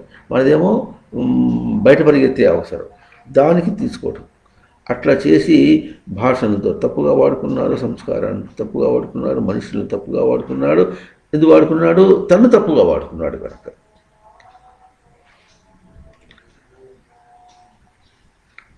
అర్థమవుతుంది. ఇది చాలా దుష్ట ఆచారం. అందువల్ల వ్యవహారం అంటే తనలో ఏ అంశం ఉండాలి? అవహరతి, ఎప్పుడూ కూడా భద్రంగా తీసుకోవటం అంటే ఉపమానంగా చెప్పుకుందాం. చూడండి, సముద్ర తీరానికి వెళ్ళినప్పుడు సముద్రం దాకా వచ్చేంత వరకు కూడా పరిగెత్తుడు వచ్చేస్తాడు. అదే పరిగెత్తుల్లో నీళ్ళలో పోడు. ఎట్లా చేసుకుంటాడు? తను కాపాడుకుంటూ చిన్న అడుగు వేసుకుంటూ పోతాడు. కొంచెం పెద్ద అడుగు వేసినా కూడా నీళ్లు తన దాకా ఎంత బయటికి వస్తాయి, అలా నీళ్లు బయట దాకా వస్తాయి. అంటే సముద్ర తీరాన్ని తడుపుతాయి అన్నమాట. ఆ తడిపేంత వరకు కొంచెం దూరంగా వస్తాడు, కానీ ఇంకా దగ్గరికి పోయిన తర్వాత పోడు. ఎందుకు పోడు? మునిగిపోతాడని భయం. తను రక్షించుకుంటే ఎట్లా పోతాడు? ఈ గ్రహింపు తన దగ్గర ఉండగా దాన్ని సముద్ర తీరంలో ప్రయోగం చేయగా తన యందు గ్రహింపు దర్శనం చేయడానికి మాత్రం చేత కావట్లేదు. ఇట్లా చాలా విషయాల్లో చేస్తాడు. లోకల్ ఏమంటాడు? తొందరపడ్డావు అంటాడు. నిదానంగా ఉండు, తొందరపడినందువల్ల విషయం చెడింది. చూడు, నీకు విషయం చెడింది, నీకు ముప్పు వచ్చేసింది. ఇటువంటి ఇన్ని మాటలతో బయట దాన్ని సవరించుకోవడానికి ప్రయత్నం చేసినప్పుడు కూడా ఈ మాటలన్నీ ఎందుకు చాలలేదంటే, ఈ మాటలు చాలలే మనకు. ఎందుకు చాలలేదంటే ఇవన్నీ కూడా బయట సవరించుకోవటానికి, బయటగా ఇట్లా క్రియలో సవరించుకునేటట్టుగా ప్రయోగం చేసాం కనుక చాలలే. అక్కడ ధారణను సవరించుకునేట్టుగా చేస్తే సరిపోతుంది. ఇవన్నీ ధారణ ఎంత దాకా వెళుతుందంటే ఇట్లా. కానీ గ్రహింపులో ఉంటే అది అవుతుంది. ఈ గ్రహింపు ఎప్పుడు వస్తుంది? తాను జయించితే గ్రహింపు వస్తుంది. దాన్ని జయించితే తను గ్రహించగలుగుతాడు, లేకపోతే కాదు. అర్థమైతే తీసుకోగలుగుతాడు. అట్లా అది తీసుకుంటే ఎప్పుడు జయించగలుగుతాడు? దానిలో ప్రవర్తిస్తే చేయిస్తాడు. మరి దానిలో ప్రవర్తించడం లేదే. నేను చూస్తున్నా అంటున్నాడే కానీ నేనులో ప్రవర్తించడం లేదు, చూపులో ప్రవర్తించడం లేదు, ఉన్నానులో ప్రవర్తించడం లేదు. ఎట్లా ఉన్నానో చూస్తే అర్థం కాలే, మూడు అర్థం కాలేదు. మూడు ఏమైనప్పటికీ నేను చూస్తూ ఉన్నాను, మూడు ప్రక్రియ, మూడు పదములు ప్రయోగం చేసి ఏదో ఒక భావాన్ని కల్పించుకొని ఇదంతా కూడా మూడులో కేవలం ఆధ్యాత్మికంగా చెప్పబడేటటువంటి వాటిని మూడుని కుదించుకొని ఒక వాక్యంగా, ఒక భావంగా చేసుకుని బయటపెట్టాడు. కనుక అది ప్రవర్తన కాలేదు. వృతు వర్తనే. వర్తనం అంటే లోపల విషయమే కానీ బయటది కాదు. వర్తనం అంటే ఎట్లా ఉంటుంది? ఇందా చెప్పడం చూసారా, ఈ కర్ర ఆడించడం బయటది, దానికి వేలిట్టి ఆడించడం, ఇక్కడ వేలి చేతి మీద ఉన్నటువంటిది, దీన్ని ఆడించడానికి మనస్సు, మనస్సు వెనక బుద్ధి, ఇవన్నీ ఉందో ఇది వర్తనం, ఇది ప్రవర్తన. ఈ ఆడించుట కాదు, ఆడించడానికి ఇట్లా వర్తనం చేసుకుంటూ వెనక్కి పోతే ఇక్కడ దాకా వచ్చే మనం ఉనికి దాకా అవుతుంది. ఆ ఉనికి దగ్గర నుంచి ఇక్కడ ఉనికి అని అంటే అర్థం ఏమిటంటే ఇక్కడ అక్కడ ఉనికి, ఆ చాట్లో చూపించినట్టు ఉనికి అని అర్థం ఇదంతా కలిపి ఇట్లా మళ్ళీ వెనక్కి రావాలి. ఇట్లా వర్కుంటూ వచ్చిన తర్వాత అప్పుడు క్రీడ. ఈ ప్రవర్తన అంటే ప్రవర్తన ఎప్పుడు చేయగలుగుతాడు? సమృద్ధి అయితే. సమృద్ధి ఎప్పుడు ఉంటుంది? ఎరుక ఉంటే, జ్ఞానం ఉంటే. జ్ఞానం ఎప్పుడు ఉంటుంది? దాన్ని విచారణ అంటే అటు ఇటు రెండుగా విచారణ చేసుకో, ఉనికి లేమి రెండింటిని యొక్క ప్రవర్తించి గ్రహించి చూసుకోవటం. మన భాష ఎట్లా ఉంటుంది? చేసి చూసుకో, చేసి చూసుకుంటే ఎట్లా ఉంటుందో అని అర్థం అనమాట. ఇది విచారణ. చేసి చూసుకో, చూసి గ్రహించు అంటే విని తెలుసుకో, వినికిడి మాటలు వినకు. మరి ఏం వినాలి? నిజాన్ని వినాలి. నిజం ఎక్కడి నుంచి వస్తుంది? లోపల వస్తుంది. వినికిడి వాడిని ఎప్పుడు తెలుస్తుంది? బయట వినికిడి మాటలని లోపల దాంతో పోల్చుకో. ఇది ప్రక్రియ. ఈ చాట్లంతా బయట దాన్ని లోపలతో పోల్చుకొని ఇక్కడ దాకా తీసుకో. బయట దాంతో పోల్చుకొని మాట్లాడాలి ఎప్పుడు కూడా. అవునా? అది తెలుసుకున్న అప్పుడు విచారణ చేసిన తర్వాత అది ఎప్పుడు వస్తుంది? ఎప్పుడు చేయగలుగుతాడు? అది దానిలో నివసించి ఉంటే చేయగలుగుతాడు. ఈ నివసించడం ఎప్పుడు చేస్తాడు? తను ప్రకాశిస్తే చేస్తాడు. ఎప్పుడు ప్రకాశిస్తుంది? చైతన్యవంతం చేసుకుంటే ప్రకాశం. దేన్ని చైతన్యవంతం చేసుకోవాలి? ఉనికిని చైతన్యవంతం చేసుకోవాలి. కనుక ఆ చాట్లో చూపించినట్టు ఉనికి ఇంత దీనిలో అవుతుంది. అవునా? మనం ఇది అభౌతిక విద్యుదేశకాంత పరిధిని చేసినప్పుడు ముందు దీన్ని చూపించుకున్నాం, ఆ తర్వాత ఇంద్రియములు బయట దాన్ని చూపించుకొని చివరికి బయట ఇది దీని మీద అది చూపించుకుంటూ 3 ఆవృత్తులు చూపించుకున్న తర్వాత ఇది. అవునా? కనుక ఇది ఇంత లోతుగా ఉంది. కనుక నేను అనే పదం అంత లోతుకు పోయి చూసుకుంటే కానీ దానికి అర్థం. అది కూడా ఎంత ఉంది చెప్పడానికే. ఇది తనకు దర్శనంగా తెలియటానికి, దర్శనంగా తెలిసి గ్రహింపులో దర్శనం కావటం, ఇవన్నీ ఈ చాట్లు ఎన్ని ఉన్నాయో అన్నీ అవన్నీ ఎట్లా ఉంటుంది? అవి ధారణలో రావాలి. తత్ర అహం అంటే దేవదర్శనే కిం అంటే ఎంత దర్శనం చేసావు, ఎంత ధారణ, దేవదర్శనం అంటే దాన్ని ధారణగా తీసుకున్నావో దాన్ని దర్శనం చేయటం అంటే ఈ 2 చాట్ల అర్థం అది. ఎవరు చేయాలి? అది నేనే. ఇక్కడ ఏం దోషం వచ్చినప్పుడు కూడా దోషము తన వల్లే వచ్చింది, ధారణ తన వల్లే వచ్చింది. దేవదర్శనే కిం తత్ర అహం అతో భవాన్ పరమకం జ్యోతి. అందువల్లనే నీవే పరమమైన జ్యోతివి. అతో భవాన్ పరమం ధారణ. నీవే పరమమైనటువంటి ధారణ స్వరూపం. అంటే ఇప్పుడు అర్థమైనప్పటికీ అంత పరమైనటువంటి ధారణ స్వరూపం తానై ఉండి అది నేనే. అంత ధారణతో ఆ పరమైన ఈ 2 చాట్ల యొక్క పరమైన ధారణతో సవరించబడినటువంటిది అది అన్నమాట. భగవద్గీత శ్లోకంలో యో బుద్ధే పరతస్తు, బుద్ధికి పరమైనది. ఇందాకేమన్నా ధియోదర్శనే కిమ్ అన్నాడు ఆ శ్లోకంలో. కిమ్ అంటే తత్ర. అందులో భగవద్గీత శ్లోకం ఏవం బుద్ధే పరం బుద్ధ్వా, బుద్ధికి ఏది పరమైనదో, ఏది స్థానమైనదో, ధారణ స్వరూపమైనదో ఇంత దాకా పోయి చివరి సత్తు దాకా వెళితే బుద్ధ్వా ఆత్మనా సంస్థభ్య, నేను చేత నేను సంస్థ చేసుకోవాలి. నేను చేత నేను సంస్థ చేసుకోవడం అంటే ఎట్లా ఉంటుందంటే ఇప్పుడు ఈ దీనిలో మనస్సు బయట చేస్తుంటే ఈ మనస్సుని బుద్ధి దాన్ని సంస్థభ్య అంటే నిగ్రహించుకొని, మనసును బుద్ధి చేత, బుద్ధిని చిత్తం చేత, అంటే చిత్తం అంటే చైతన్యవంతం చేసుకోవటం. ఎంత చైతన్యం చేసుకుంటే ఆ బుద్ధి అంతా తీసుకుంటుంది. కనుక బుద్ధిని ఎవరు అదుపులో పెట్టాలి? చైతన్యం అదుపులో పెట్టాలి. అవునా? ఈ చైతన్యం ఎప్పుడు చేయగలుగుతాం? అహంకారం నేనుగా చేసుకుంటే అప్పుడు అది చైతన్యవంతం చేసుకుంటాడు. అవునా? అది క్రమంగా ఇక్కడి దాకా వస్తే, ఇప్పుడు ఇదే ఈ చాట్లో వస్తున్నప్పుడు ఇట్లా వస్తుంది. ఇది ఎప్పుడు వస్తుంది? బలం చైతన్యవంతమైతే ఇది వస్తుంది. అవునా? వీర్యం చైతన్యవంతమైతే బలం వస్తుంది. తేజస్సు చైతన్యవంతమైతే వీర్యం వస్తుంది. జ్ఞానం చైతన్యవంతమైతే తేజస్సు వస్తుంది. ఇట్లా క్రమంగా వచ్చేప్పటికి ఏమవుతున్నప్పటికీ ఇది చైతన్యం అనమాట.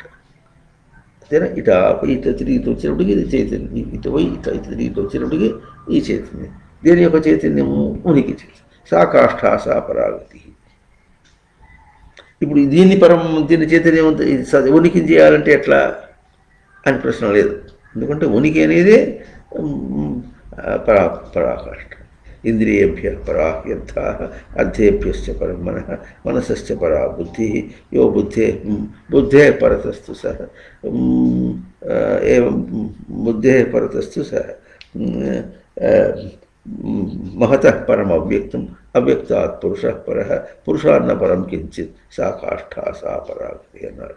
అంటే ఎట్లా చెప్పాడంటే ఈ ఉనికిని కూడా ఎక్కడ చూపించాడు? పురుష శబ్దంలో చూపించాడు. అంటే పాలనలో ధారణ చేసి నిలుపుట అనేటటువంటిది ఉనికి యొక్క స్వరూపం. ఉనికి అనేది ఎక్కడో ఉండకటం, వేలాటం కాదు. ధారణ చేసిన స్వరూపంలో చూపించి సా కాష్ఠ సా పరాగతి అన్నారు. అది పరమమైన గతి.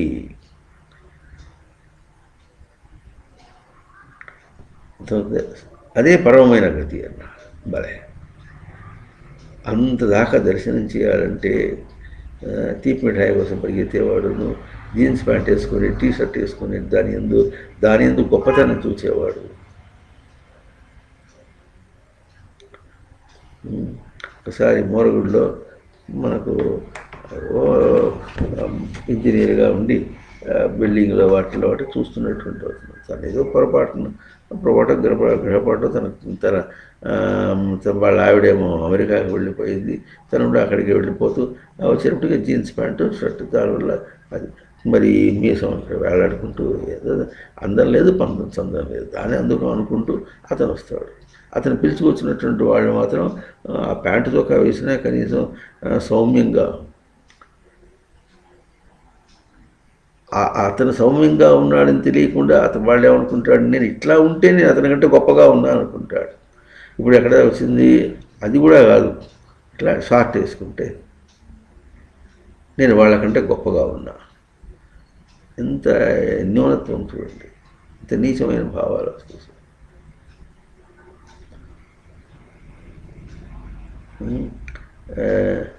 దీని మీద ఆడపిల్లలే ఎట్లా వేసుకుంటారని మనం ఒక వీడియోలో చూపించాం. ఆ వీడియోలో చూపిస్తే అమెరికాలో ఎవరో ఎవడో తెలియదు, వాడు పెద్దగా దాని మీద కామెంట్ రాసి ఇంత పొడుగు కామెంట్ రాశాడు. ఎవరు ఇష్టం వచ్చినట్టు వాడు చేస్తే తప్పే ఉంది అంటాడు. అది తప్పే ఉంది అనగలిగిన వాడిని వాడు అసలు మన ఎందుకు వినాలి? వాడి పైగా ఏమంటాడంటే, నాకు భారతదేశంలో చాలామంది రమణ మహర్షి వాళ్ళందరూ కూడా నేను విన్నాను, వాళ్ళు ఎవరిట విమర్శ చేయలేదంటాడు. ఆ విమర్శ చేయకపోవటంలోనే ఈ దుర్గతి పట్టింది మనకు. వాళ్ళ దగ్గరికి వచ్చే భక్తులైనా అట్ట కాదరా, ఇట్లా ఉండాలరా అని నోరెత్తి పడారా ఉండమని చెప్పడం అంటే కాదు, కానీ నీ ఆరో కండు కూడా నువ్వెవరో తెలుసుకోరా. వేదాంతం చెప్పడం, వేదాంతం అర్థమైనప్పటికీ ఇప్పుడు వాక్యం ఉంటుంది, పురుషాన్న పరం కించిత్. ధారణ స్వరూపాన్ని కూడా, ఉనికి స్వరూపాన్ని కూడా ఎట్లా ఉంది? ధారణ చేసి పాలన చేసుకుంటూ నిలుపుకోగలిగినటువంటిది ఉనికికి పూర్ణత్వం. సృష్టిలో ఉనికి అనేది గొప్పతనం కాదట. అర్థం ఉందా? ఆ మరి నిలుపుకోవటం అన్నప్పుడు నువ్వు చెప్పేవి ఏది పనికిరాదు. వాడి చేయించావా లేదా? అంతవరకు నువ్వు వాడికి అందించిన వాడు కాదు. విస్తరి వడ్డించినంత మాత్రం లాభం లేదు. తినబెడితే తిన్నది అరిగి అజీర్ణమైన తర్వాత తను వంట పడితే వంట పడితే ఎంత జరుగుతుంటే తెలుసు. ఈ మధ్య డాక్టర్లు అప్పుడు ఉంటుంటారు, మందు తింటుంటే కొన్నాళ్ళకి రక్తంలో మార్పు వస్తుంది. రక్తంలో మార్పు వచ్చినప్పుడు అప్పుడు నీది అవుతుంది, నీకు తేడా కనిపిస్తుంది. మందులు తినగానే కూడా సరిపోదు అన్నట్టుగా వాళ్ళు ఎట్లా మాట్లాడతారో భౌతికంగా, అట్లాగే తనదిగా కావటం అనేటటువంటి దాని యొక్క విశేషం తెలియదు కనుకనే ఆశ్రమాల్లో ఎవరు చెప్పరిట్లేదు.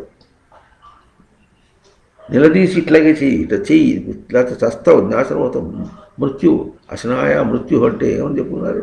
ఉదాహరణకి ఉపనిషత్తులో మొట్టమొదటి వాక్యం అశనాయ మృత్యు, తిండి అంటే మృత్యువు.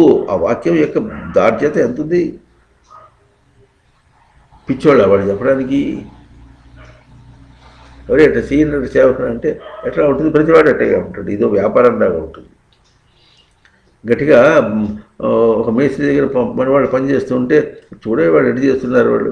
ఇవాళ ఒక చోట చెప్పాను, చిన్న ఇంత ఇంత గట్టిగా 4 అడుగులు కూడా, ఆ 4 అడుగులు కూడా ఒంటి రాయి కట్టడానికి 2 మేస్త్రి నిలబడ్డారు. ఆ పని చేయడానికి 2 మేస్త్రులు కావాలా అంటే అప్పుడు అతను మేస్త్రి ఏమంటాడంటే చెప్పి చేయించలేమండి, గట్టిగా మాట్లాడితే రారు కనుక వాళ్ళని పోషించాలి.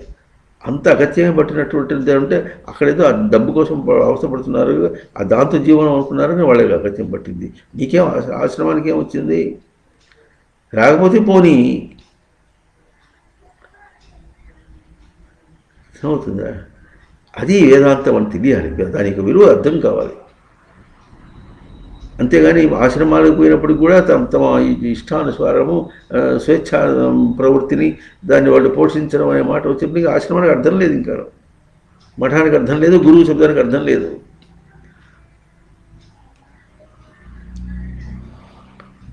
వేల మంది రావాలంటే 1000 మంది వస్తున్నారంటే వాళ్ళ స్వేచ్ఛను వదిలేసేవారు అర్థం.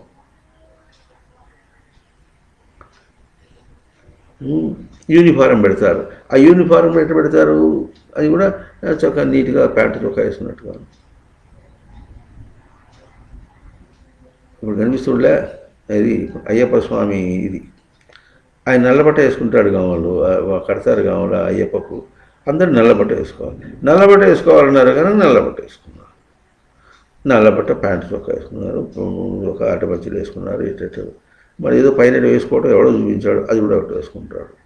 అది వేసుకుంటారు కనుక అందరూ వేసుకుంటున్నారు కనుక రెడీమేడ్గా ప్యాకింగ్లోనే ప్యాంటు చొక్కా ఆ పై పంచతో సహా ప్యాకేజీలో అందరికీ దొరుకుతుంటుంది, అది కొనుక్కుంటారు. కమర్షియలైజ్.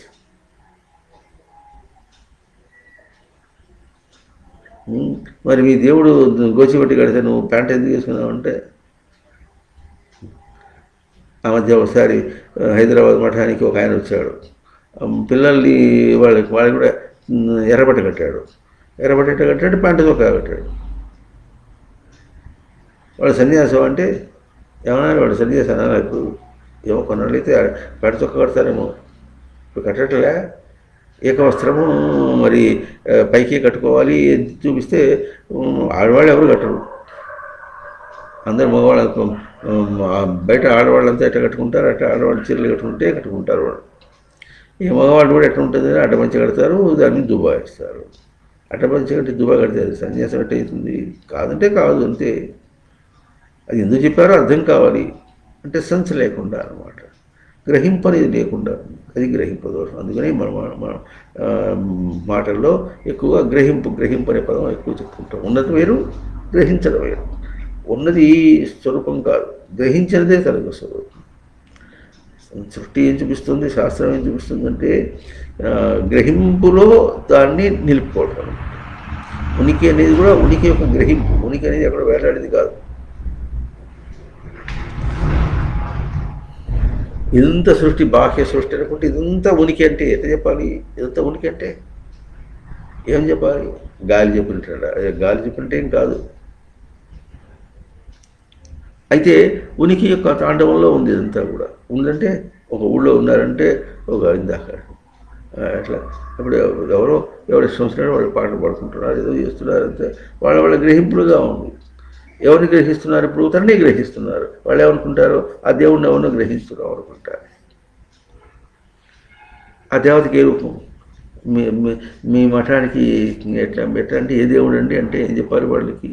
ఆ ప్రశ్న వేసిన వాళ్ళు ఏమనాలి? ఇప్పుడు ఎట్లా అడగాలని చెప్పాలి? వాళ్ళకి ఏం అర్థం కాలేదు, తెలియదు. ఎంతో దూరంలో ఉంటారు. గబుక్కనే ఎవరినో చూసేటప్పటికీ దానికి ఒక సామెత తెలుతుండేవాళ్ళు గురుదేవుడు. ఎట్లా ఉంటుందంటే మంగళవాడిని చూస్తే ఎందుకు కాలు కుట్టిందట. అర్థమైందా? కాలుకి ఎందుకు కాలు గిట్ట గిట్ట కొడతాడు, మంగళవాడు కొడతాడు. కనుక ఆ మంగళవాడిని చూసేప్పుడు నాకు కూడా ఇట్లా ఉంది, నాకు కూడా గిట్ట కొట్టి సరిగ్గా కొట్టని కాలు కుంటిందట. అట్లాగూ ఎవరో కనిపించే కూడా సన్యాసి కనిపిస్తే ఇట్ట పలకరించాలో కూడా తెలియదు. మీది ఏ ఊరండి అంటే చిన్నవాడు అదేవాడు, అడిగేవాళ్ళు, పెద్దవాళ్ళు అదేవాడు అడిగేవాడు. సన్యాసి ఏ ఊరు ఉంటుంది? ప్రవచనంలో ఒకసారి చెప్పుకుంటే బాగుండు. సన్యాసికి ఏ ఊరు ఉంటుందండి? ఎక్కడ ఉంటే అది ఊరు. బయోడేటా సన్యాసుల సభల్లోకి వెళితే ముందు బయోడేటా ఇవ్వాలి.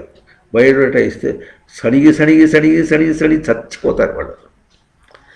లేదంటే బయోడేటా ఇస్తే బాగుంటుంది, బయోడేటా ఇస్తే బాగుంటుంది, మేము అనౌన్స్ చేస్తామండి. నీ పిండా కొట్టి ఆ మాట అంటున్న వాడికి ఎవడో తెలుసా? అసలు ఏం తెలియదు. బయోడేటా అనౌన్స్ చేస్తే తెలుస్తుంది. ఆయన ఎవరు, మీరెవరో చెప్పొద్దు వాళ్ళకంటే చెప్పేది ఏమిటి? 4 మాటలు మాట్లాడితే నేనెవరో తెలిసిపోతుంది వాళ్ళకి. నోరు తెలిస్తే తెలిసిపోదు. ఎవరో వాళ్ళకి గ్రహింపు ఉంది, వాళ్ళ సెన్స్ ఉన్నది, అభౌతిక గ్రహింపు వాళ్ళకు ఉంది. నోరు తెలిస్తే తెలిసిపోయింది. ఇది ఎంత దాకా పీకుతారంటే విజయవాడలో ప్రవచనాలు జరుగుతున్న రోజుల్లో వాళ్ళు పీకి ఈ స్వామి ఏ ఊరు వాడు అని చెప్పి అంత పీకుతున్నారు అని తర్వాత తెలిసింది. చెప్పినప్పుడు ఇట్టగే లెఫ్ట్ అండ్ రైట్ తీసుకున్న వాళ్ళని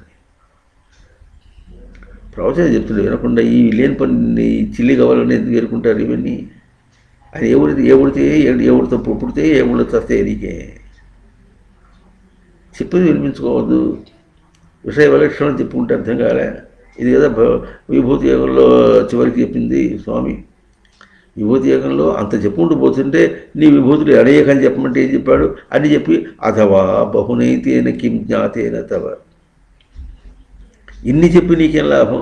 పృష్టభ్యాహమిదం కృష్ణం ఏకాంశేన స్థితో జగత్. నేను ఏకాంశమే అంటే అంశ శబ్దానికి అంశ విభాగే భజ సేవాయ అంటే పొందిన రూపంగా సేవిస్తున్నావు నీవు. ఏకాంశం అంటే పొందిన రూపంగా సేవించుటానికి. నువ్వు పొందిన రూపంగా సేవిస్తున్నావు కానీ బయట చెప్పిన రూపంగా కాదు. పొందిన రూపంగా సేవిస్తున్నటువంటి వాడికి ఒరే కాదురా అడ్డపని చేసుకుంటే ఇట్లా వస్తుందిరా, ప్రవృత్తి కలుగుతుంది. ప్రవృత్తి కలిగేటటువంటి విషయాలు ఎన్నున్నాయో వాడికి అందరూ అన్ని బాగా చెప్పద్దు. చెప్పి అటు కాకుండా నియమం పాటించండి, నియమ పాలన చాలా గొప్ప విశేషం. ఆ మాట చెప్పాలంటే భయపడిపోతారు, రేపు రారేమో అని. రాకపోతే ఇప్పుడు ఏమైంది? తర్వాత ఇంకెట్లా ఉంటుంది? ఇది కూడా విశేషం. ఎవడెవడో స్వామిని పిలిపించుకొచ్చి వాళ్ళ దానిలో ప్రవచనం చెప్పిస్తే అది మాకు ఏం అర్థం కాలేదు. నువ్వే చెప్పు. ఇతర వాడు రావటం జరిగి వాళ్ళు ఏమైతే వాళ్ళ సంస్కారం ఎగుడుగా ఉన్న వాళ్ళని పిలిపించుకొచ్చి వాళ్ళు చెప్తే ఎట్లా ఉంటుందంటే వాళ్ళు ఏమనుకుంటారు? అప్పుడు సభల్లో కొంతమంది చెప్తూ ఉంటారు కూడా. ఏమంటుంటారంటే స్వాములు ఉంటుంటారు కదా, మీకు ఎవరు కావాలంటే వాళ్ళు పిలిపించుకోండి, మీ ఇంట్లో మీ ఊళ్ళో చెప్పించుకోండి. అంత మరి చౌక చేసి మాట్లాడకూడదు. సరే ఏమైనా లౌకిక తిరిగే ఉంటుంటుంది. మరి శ్రీకృష్ణానంద మఠం కూడా అట్లాగే ఉండాలంటే ఎట్లా? దానికి కూడా విశేషం చెప్పుకుంటున్నాను చూడండి. అడిగిన అర్జునుడికి ఒక్కడికే చెప్పాడు. చెప్పినప్పుడు శ్యామయాన వేయమని చెప్పలే. 18 లక్షల సైన్యం ఉన్నది. ఒక్క అర్జునుడికి చెప్పాడు స్వామి. కనీసం ధర్మరాజు గొప్పవాడు అనుకోబడినటువంటి ధర్మరాజుని కూడా ఏదో సమయం అయిపోయి చెప్పి నువ్వు అడిగావు కదా, నేను చెప్పడం మొదలు పెడతాను, ఈ లోపల వాళ్ళందరినీ పిలుచురాపో అన్నాడా? అదే అర్థం. లోపల నీకు అటువంటి జిజ్ఞాస కలిగితే జిజ్ఞాసకి వెంటనే సమాధానం లోపల నుంచే వస్తుంది. నీకు జిజ్ఞాస ఎంత కలిగితే అంత సమాధానం లోపల నుంచి వస్తుంది.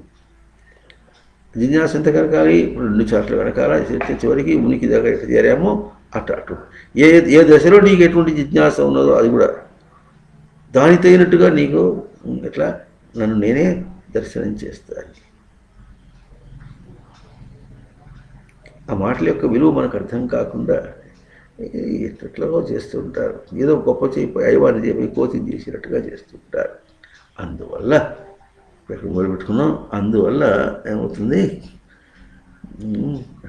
పొందిన దాన్ని వ్యక్తం చేయటం, ప్రాప్తిని ప్రవర్తనని వ్యక్తం చేయడం కష్టమే, ప్రాప్తిని వ్యక్తం చేయడం కష్టమే, ఇంకా జ్ఞానం కూడా వ్యక్తం చేయడం కష్టమే. కనుక ఏకాదశి అనేటువంటి విషయము అంత అర్థంతో ఉన్నది. ఏకాదశి అనే పదము ఎట్లా ఏకాదశి అనే లక్షణాత్మకంగా ఉన్నది వేదమని బంది యొక్క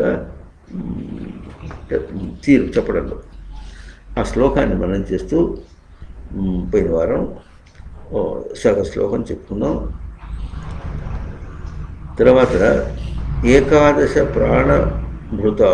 ప్రాణభృతాం వికారాః ఏకాదశోక్త దివి దేవేషు రుద్రాః. ఇక్కడ రెండు చెప్పాడు. ముందేమంటారు, ఏకాదశ ప్రాణభృతాం వికారః, ప్రాణభృతాం ఏకాదశ వికారః అని. ప్రాణము ధరించిన వాళ్ళకి 11 వికారములు ఉంటాయట అని అర్థం చెప్పారు. ఆ వికారములు ఇక్కడ కింద రాశారు చూడండి. కామ, క్రోధ, లోభ, మోహ, మద, మాత్సర్య, హర్ష, శోక, రాగ, ద్వేష, అహంకారాదుల అంటే నేనే చెప్పచ్చు. ఇంద్రియాలు చెప్పినట్టుగా ఇంద్రియాలు ఏం చెప్తారు, 6 చెప్తారు. అప్పుడేమవుతుంది, పంచజ్ఞానేంద్రియాలతో మనసు కలిపి 6 అంటారు. నవద్వారం అన్నారు, 9 ద్వారములు అన్నారు. 9 ద్వారములు ఇప్పుడు పంచజ్ఞానేంద్రియములు జ్ఞానములు అవి శబ్దస్పర్శ శ్రోత్రత్వకులు కాకుండా మనసు బుద్ధి చిత్తం అహంకారం చెప్తే 9 అయింది. చెప్పే తీరు బట్టి ఏకాదశి అన్నారు. అప్పుడేమవుతుంది, కర్మేంద్రియములు జ్ఞానేంద్రియములు చెప్పి మనస్సులు ఒకటి చెప్పారు. చతుర్దశ కరణం అంటే కర్మేంద్రియములు జ్ఞానేంద్రియములు చెప్పి మనస్సు బుద్ధి చిత్త అహంకారం 4 విడిగా చెప్పారు.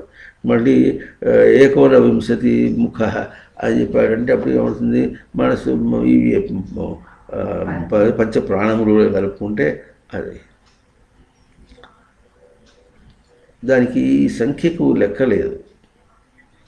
సంక్షిప్తంగా చెప్పడంలో 6 ద్వారములు మనషష్ఠాణీంద్రియాణి అని చెప్తే అంతే అర్థమో, ఏకోనవింశతి ముఖ 19 ద్వారములు చెప్పినా అంతే అర్థం. దాంట్లో అవి వచ్చినట్టే అర్థం.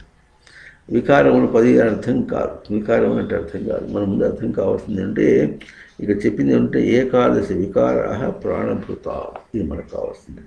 ప్రాణభృతాం అంటే ప్రాణము ధరించిన వారిలో. ప్రాణభృత్ అంటే ప్రాణం ధరించిన వాడు, ప్రాణభృతాం అంటే ప్రాణం ధరించిన వాడు. ప్రాణం అంటే ప్రసితేన ఆనయతి ఇది ప్రాణ. నీ ప్రాపణే అంటే ప్రథితేన చెప్ప ప్రథితం ఆనయతి ఇది. ఇంకా అంటే సృష్టి యొక్క రచనను ఎంతవరకు తీసుకుంటాడు. సృష్టి యొక్క రచనను ఎటు చెప్పుకున్నాం మనం,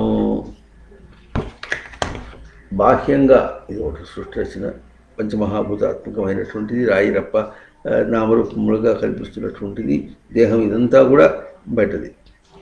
ఇది ఆంతరంగికమైనటువంటిది, అభౌతికమైనటువంటిది. దీనికి దేహధారిగా ఉన్నప్పుడు ఇదంతా కూడా తన దేహంలో, తన దేహంతో పోల్చుకుని ఈ ప్రక్రియ దేహమునకు దీనిలో కూడా కేవలం బుద్ధి మెదడు వరకే భౌతికం, ఇదంతా కూడా అభౌతికమే. ఈ అభౌతికమునకు ఎట్లా ఉంది, ఉనికి దర్శనం, ఉనికి దగ్గర నుంచి దేహంలో ధారణగా చెప్పినటువంటి దేహం కలవాడు ధారణగా చెప్పినటువంటిది. ఆ ఉనికి యొక్క తేజస్సు ఎంత, ఆధారం ఎంత ఉంటుందో చెప్పింది ఈ చాట.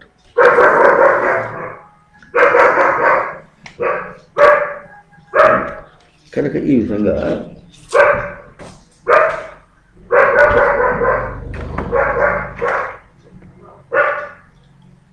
ప్రాణభృత్ అంటే ప్రథితం ఆనయతి. ప్రథితం అంటేనే రచింపబడింది. రచన, బయట రచన తన కోసమే ఉంది, దేహ రచన తన కోసం ఉంది. దేహంలో ఉన్నటువంటి శ్రోత్రత్వ చక్షు జిహ్వములు ఇంకా అంటే మనోవాక్ ఇది వాక్ వాక్ పాడి పాయి వస్తాడు. కర్మ అవయవములు. దీనికి మళ్ళీ ఇంద్రియ రచన ఈ కర్మ అవయవములు కానీ జ్ఞాన అవయవములు కానీ అవి అందరికీ ఉన్నాయి. దానికి ఇంద్రియ రచన వచ్చింది. దాని ఇంద్రియం అనేటట్టు వచ్చేటప్పటికి అక్కడ వచ్చింది మన ఎఫిషియన్సీ బార్ అంటారు. ఎఫిషియన్సీ బార్ సామర్థ్యం ఎంతవరకు నిలుపుకుంటాడని అక్కడ సంస్కారం అర్థం వస్తుంది. ఆ సంస్కారం అనేటువంటిదేమో జీవుడు నిలుపుకున్నటువంటిది, ఇంద్రియం అనేటటువంటిదేమో సృష్టి రచించింది. సృష్టి రచనకిను జీవుడు నిలుపుకున్న దానికి భేదం ఉంటుంది. గోలంతా అక్కడే రచించింది ఒకటి, తను గ్రహించింది. అందువల్ల ప్రాణభృత్ అంటే ప్రతితం ఆనయతి. ఆనయతి అనేటటువంటిది ఉన్నవాడు. జీవుడు అనే వాళ్ళందరూ కూడా ఆనయతి. ప్రాణం అనే పదం ఉపసర్గ చేర్చారు, అంతేగాని ప్రాణశబ్దం అంటే ఆన అనాలి. ఆనహ ప్రాణ ఆనహ, ప్రాణభృత్ ఆనభృత్, ప్రథితం ఆనభృత్ అందరూ. అంటే ఎట్లా తీసుకుంటున్నారో అనేటటువంటి అందరూ ఉన్నారు. కానీ ప్రథితంలో ఎంత ఉంది ఎఫిషియన్సీ బార్ 0 to 100. మనం పర్సెంటేజ్ మాట్లాడితే 0 to 100 అర్థం కాదు, పూర్ణత. న్యూనత్వం దగ్గర నుంచి పూర్ణత్వం. మనం 0% మాట చెప్పాలన్నమాట. న్యూనత్వం నుంచి పూర్ణత్వం అంతవరకు ఆ తేడా. అక్కడ చెప్పింది ఏమిటి? ప్రథితం అంటే పూర్ణత్వం, సృష్టి పూర్ణంగా చేసింది. ఆ పూర్ణత్వం అంటే అర్థం ఏంటంటే ఏ ప్రాణి అయినా సరే, ఏ జీవుడైనా సరే, ఏ మనుషుడైనా సరే, ఏ బుద్ధి అయినా సరే ఉన్నదాని ఉన్న పడంగా నీవు అదే, అంతకన్నా ఇంకోటి లేదు. నువ్వు ఏం చెప్పినా అబద్ధం, ఊహ. దానికి కాదని వ్యతిరేకించి కానీ బంధం అని, బాధ అని, కోపాడమని ఎవరంటున్నారు? మరి అంతగా చెప్పినటువంటి హిందూ ధర్మంలో పాహి మాం కృపయా దేవ శరణాగత వత్సల అన్యథా శరణం, పాహి పాహిని ఎవడన్నాడో వాడు ఆహి అవుతాడు. భావం ఎంత అవిశ్వాసము, తనేంత అవిశ్వాసము లేదు. ఎవరు దైవం ఉన్నారంటే దైవం నందు అవిశ్వాసం, విశ్వాసం లేదు. ఎట్లా ఉన్నారా? నువ్వు నిద్రపోతుంటే కూడా నిద్రపోకుండా, నువ్వు చస్తే కూడా నేను చావనీయకుండా, పుట్టిన దగ్గర నుంచి నీదే చావు బ్రతికేగా. బ్రతుకు కాదు. You are not live, you are dead live, deadly live. చావులో జీవితం బ్రతుకుతున్నావు. అంత దుష్టంగా నువ్వు ప్రవర్తిస్తుంటే, నేను చావులో బ్రతుకుతుంటే, నేను బ్రతుకులో చావు చేసి దాన్ని తీసి పారేసేటంటే ఎక్కడికక్కడ.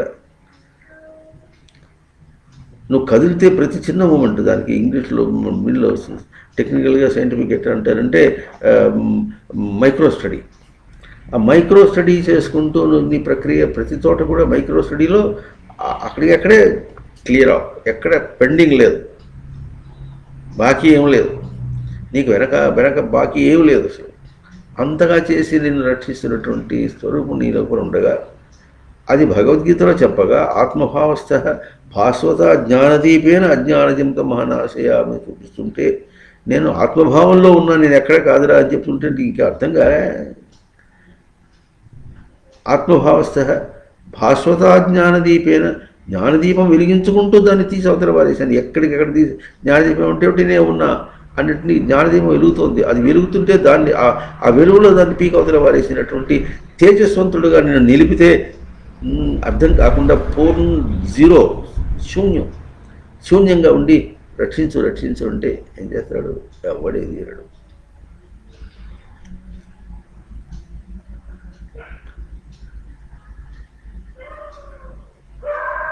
పదమే అబద్ధం.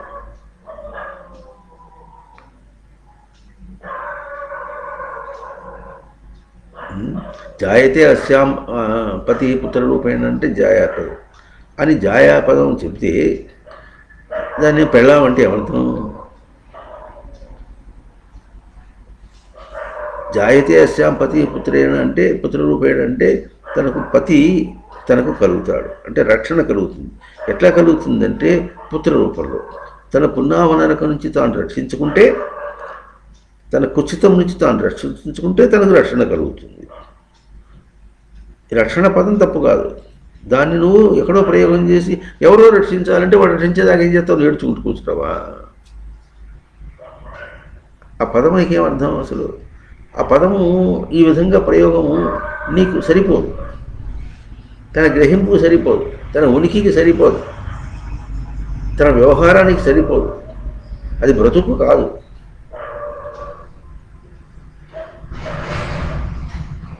మరి హిందువులే ఇట్లా అంటే క్రిస్టియన్ కాదండి ఏమంటారు, వాడికి ఏం తెలుసు కనుక.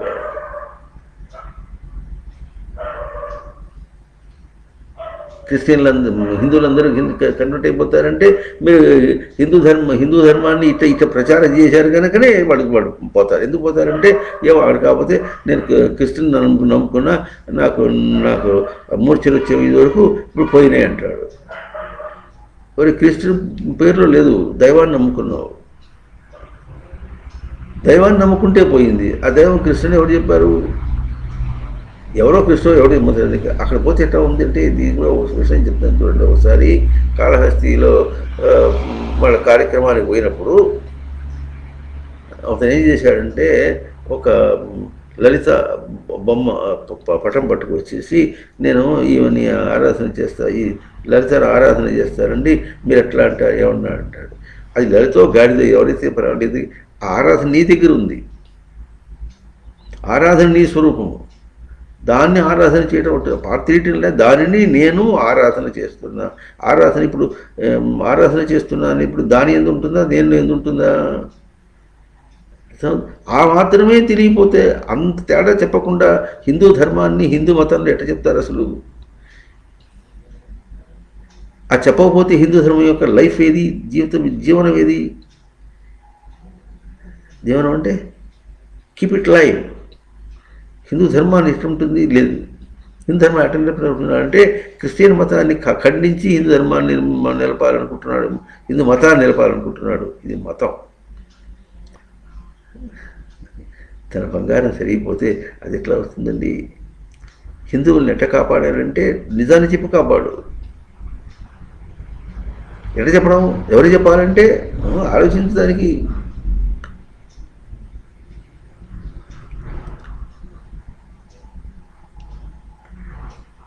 భయమే లేకుండా పోతుందా?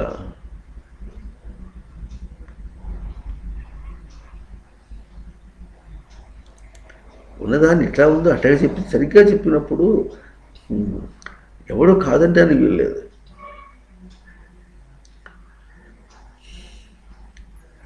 అందువల్ల ఏమన్నారు, ప్రాణభృతాం అనే పదం వేస్తే ప్రాణము తస్య భృత్, దాన్ని భరించేవాడు. భరించుడు అంటే భరణి అంటే తీసుకోవటం అనేది. ఇంకా భృత్ అంటే నిలుపుకున్నవాడు, ప్రాణమును నిలుపుకున్నవాడు. ఇది పోగొట్టుకునేవాడు. ప్రాణం నిలుపుకునేవాడు ఎట్లా అవుతాడు వాడు? అర్థమవుతుందా? ఏ దేహాన్ని తీసుకొని దేహంతో పోకడతో చూసుకొని ప్రాణభృత్ అని పదం పెడితే ఆ ప్రాణభృత్ కాదు, ఇదే ప్రాణం త్యాగం అయిపోయింది. అది ప్రాణత్యాగం అయితే మృంగ్ ప్రాణత్యాగే, మరణం అయిపోయింది. అది వాడి ప్రాణభృతం ఎట్లా వస్తుంది? అవునా? అయితే ఇప్పుడు ఏమంటున్నారు, ప్రాణభృతం అనే మాట ఎప్పుడు వచ్చింది? వాడి యొక్క నిజరూపం ప్రాణభృతం అని చెప్పాలి. వాడికి ఇన్ని వికారాలు ఎందుకు వస్తాయి? ఉండదు అని చెప్పడం అంటే ఏమర్థం? ఇప్పుడు వాడు నిజంగా ప్రాణభృత అయి ఉంటే అని మాట చెప్పాలి. ఇప్పుడు మనకి ఎట్లా ఉంటుంది? ప్రాణభృతం అంటే ఉచ్ఛ్వాస నిశ్వాసంతో ప్రాణం ఉన్నవాడు అనే అర్థమే వచ్చింది. వాడికి వికారాలు ఉంటాయి, ఇవి చాలా ఉంటాయి. అది ఏకాదశి వికార అంటే 11 వికారములు అర్థం కాదు, ఏకాదశే వికార.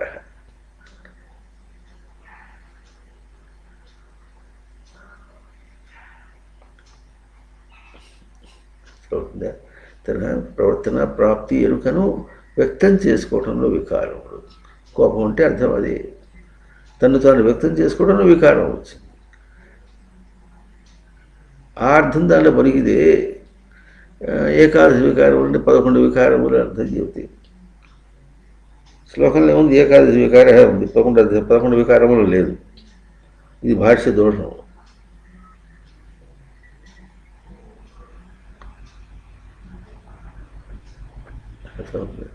కనుక ప్రాణ అసలు వికారం అంటే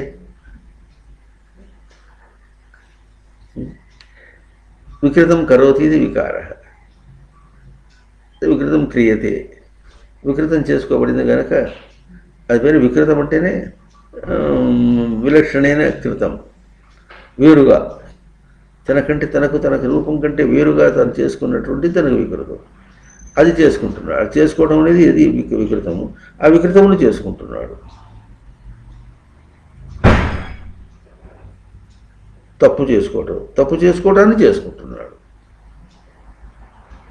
తప్పు చేసుకోవడం, తప్పుగా ప్రవర్తించడం పాపం చేసుకుంటున్నాడు.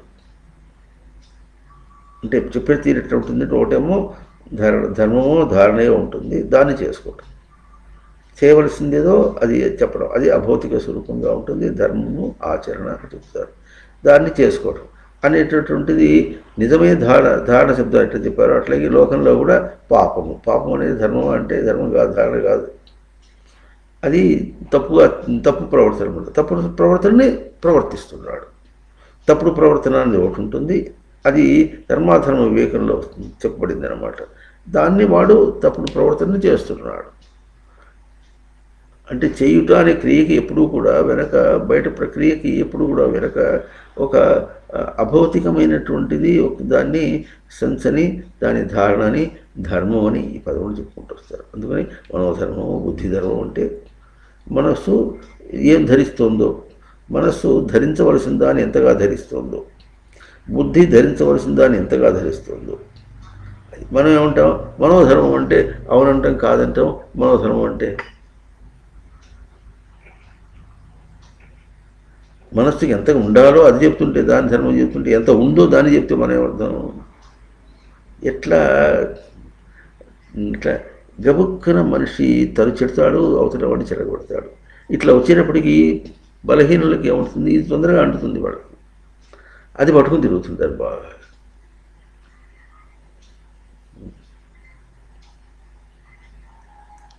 దీనిలో కూడా చాలా విశేషం చెప్తాను చూడండి.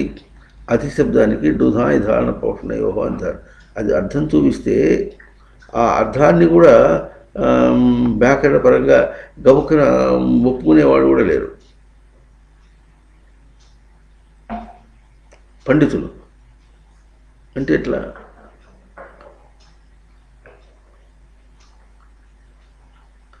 వ్యాకరణం ఉంటే అర్థంగా మనిషి అంటే మనసుతో కూడిన వాడిని అర్థం, మాట అర్థం కాదు.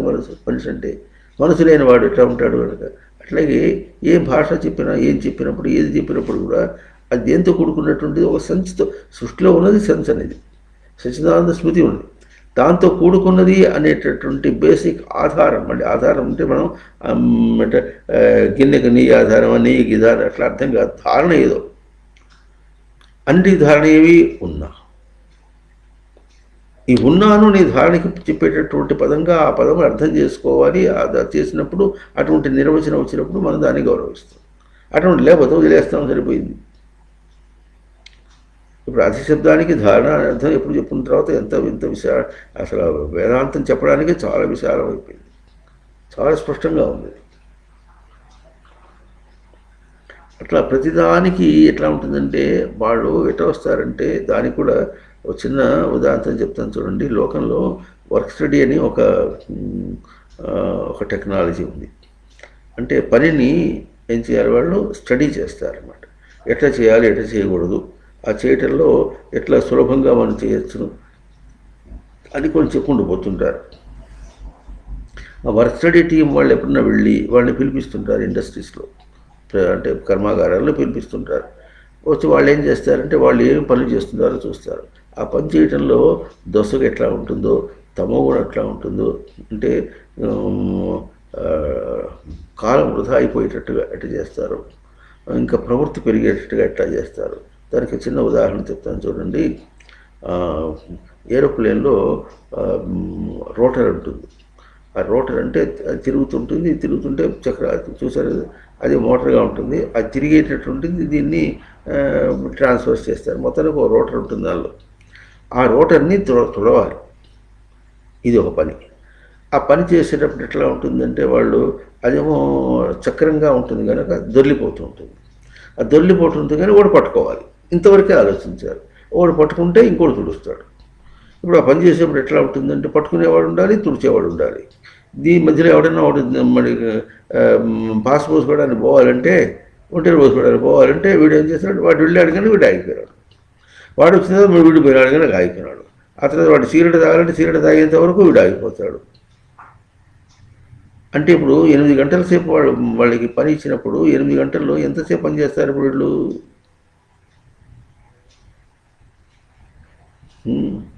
ఇలా చెప్పాను చూసారా, 5 అడుగుల కట్ట ఒక రాయి ఇటుక పెట్టుకుని కట్టాలంటే 2 మేస్త్రులు కావాలంటే ఏమంటారంటే 2 మేస్త్రులు తొందరగా చేస్తారనమాట. చాలా అబద్ధం అది.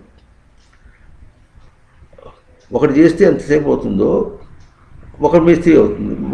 ఒకటి చేస్తాడు, ఒక పది. ఇంకోటి చేస్తే ఎంత అవుతుందంటే ఇంకొక పావుభాగం తొందరగా అవుతుంది.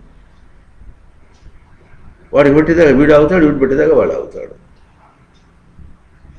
పొడుగ్గా కడుతుంటే వాడు అక్కడ దారం పెట్టాడు, వీడు దారం పెట్టాడు, దారం చూసుకుంటాడు, చూసుకోవాలి, వీడు అక్కడి నుంచి పరిగెత్తి అది కూడా చేస్తారు. కొంత మేర ఉంటుంది. మరీ చాలా పొడుగు ఉంటే వేరే సంగతి. అప్పుడు మధ్యలో కూడా ఇంకోటి పెడతారు. 50 అడుగులు 100 అడుగులు గోడ కట్టాలంటే, ప్రహరీ గోడలు కట్టాలంటే అప్పుడు పెడతారు. ఈ 5 అడుగులు 2 చేసి ఆపితే దాని కూడా ఎక్కువ. అట్లా దానిలో ఇంక 2 మనుషులు ఉండాలంటే ఎట్లా ఉంటుంది తెలియదు. అప్పుడు ఎందుకు చెప్పి వచ్చామంటే వర్క్ స్టడీ టీం అక్కడికి వచ్చి ఇటువంటి చెప్తే ఒకటి ఉంటుందంటే మా మీద దండయాత్రకి వచ్చారని. అది రివోల్టింగ్ అని సాధారణంగా జరుగుతుంటుంది లోకంలో. మనం అట్లాగే ఉన్నాం. అంటే వేదము ధర్మము చెప్పడానికి వస్తే అమా అని దాన్ని వ్యతిరేకించేటటువంటి ప్రవృత్తిలోనే ఉన్నాం. కానీ దాన్ని గ్రహించేంత అంత మాటను కూడా లేకపోతే ఇంకా అంత మాత్రం ఎవరి కోసం తనకేగా. ఇప్పుడు అట్లా ఒకళ్ళు చేసే పని ఇద్దరు చేయాల్సి వచ్చిందంటే మరి ఇద్దరిని ఎట్లా పోషిస్తున్నాం అనమాట, తమగుణంలో పోషిస్తున్నాం అనమాట. పోషించేవాడు తమగుణంలో పోషిస్తున్నాడు, బయటవాడు తను కూడా తమ గుణాన్ని ఆచరిస్తున్నాడు. ఈ తప్పు తెలుసుకుంటే అప్పుడు ఎట్లా ఉంటుంది, అట్లా కాదు. ఆ రోటర్ చేయడానికి వర్సడిటీ వాళ్ళు చేశారంటే అది ఎట్లా ఉంటుందో ఆ ఆకారంలో ఒక చిన్న స్టాండ్ చేస్తే దాని మీద కూర్చోబెట్టి ఒకటి తుడిచేస్తారు, సరిపోతుంది. ఇద్దరు ఎందుకు అనేప్పటికీ ఉంటుంది, నన్ను నా ఉద్యోగం తీసేయడానికి ప్రయత్నం చేశారు. 1965లో ఒకసారి అట్లాగే ఆంధ్రప్రదేశ్ ప్రభుత్వం వాళ్ళు ఒక ప్రకటన చేశారు. ఏం చేశారంటే ఉద్యోగాలు ఎట్లా క్రియేట్ చేయాలో, ఉద్యోగాలు ఎట్లా కలపాలో, ఎటువంటి రంగాలు ఎట్లా కలపాలో అని వాళ్ళు ఒక ప్రకటన చేశారు. 65లోనూ 65 కాదు 67లోనే ఇప్పుడు చేశారు. అప్పుడు రాసి పంపించాము. ఎట్లా రాసి పంపించామంటే ముందు అక్కడ చూసి ఎంతమంది అక్కడ కావాలో ఎక్కువ ఉన్న వాళ్ళని తీసి బయట పెట్టండి ముందు. అర్థమైందా? బయట పెట్టి 6 నెలలు వాడిని పని చేయొచ్చు, 6 నెలలు వీడి పని చేయొచ్చు. జీతం ఇస్తే ఇచ్చేయి, వాడిని మాత్రం తమ గుణానికి ప్రవృత్తిగా చేయొద్దు అని 1967లో. అవసరమైతే ఇంకేం చేయాలంటే ఏమి పని లేకపోతే పని కనిపించాలంటే బంగారు భయం బాగుంటుంది కదా, తవ్వించు పుట్టించు, తవ్వించు పుట్టించు, వాడి పని కల్పించు, వాడి మాత్రం ప్రవృత్తి మాత్రం కల్పించదు అని రాసి పంపిస్తే మధ్యలో ఒక ఆయన ఉంది. అయితే వాట్ ఈస్ దిస్ ఎట్లా ఉండాలి, ఆ పని చేస్తే ఇంతమందికి ఇది వస్తుంది, ఈ పని చేస్తే ఇంతమందికి వస్తుంది అంటాడు. ఆ పనిని దాంతో మాట్లాడుతూ ప్రవృత్తితో మాట్లాడు. ప్రవృత్తిని పోషించకుండా ప్రవృత్తిని పోషిస్తూ మనుషుల్ని పోషించాలంటే ప్రవృత్తిని పోషిస్తూ మనుషుల్ని పోషించడం కాదు.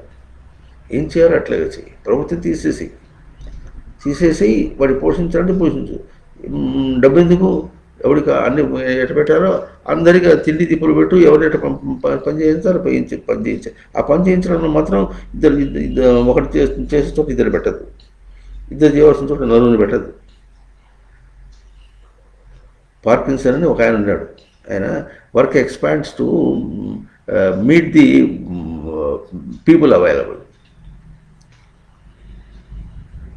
ఇద్దరు చేసే పని ఉంటే నలుగురు ఉన్నారనుకోండి, ఆ పని పెరుగుతుందట, నలుగురికి సరిపోయేటట్టుగా పెరుగుతుంది. ఎట్లా పెరుగుతుంది? వీడు డాడీ కనుక వాడు కూర్చుంటాడు, ఇది కూడా పని. వాడు వస్తే కనుక పని చేయాల్సింది ఏముండు?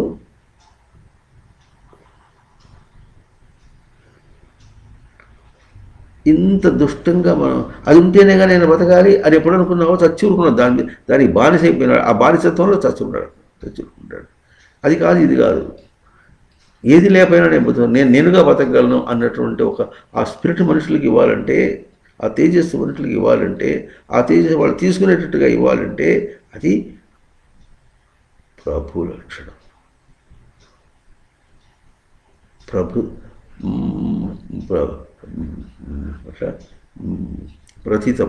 ప్రథితం భవతి అత్ర ఇది ప్రభు.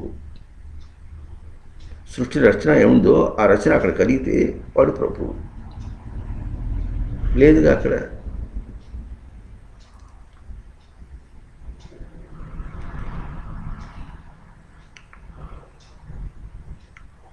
అది అందువల్ల ప్రాణభృతాం అనే పదం కలిపి ప్రాణభృతాం, ప్రాణం ధరించిన వాళ్ళకి ప్రాణం ధరించిన వాడు ఇంకా వాడికి ఇంక తక్కువే ఉంది. అవునా? వాడికి వికారం ఎందుకు ఉంటుంది? ఉండదు.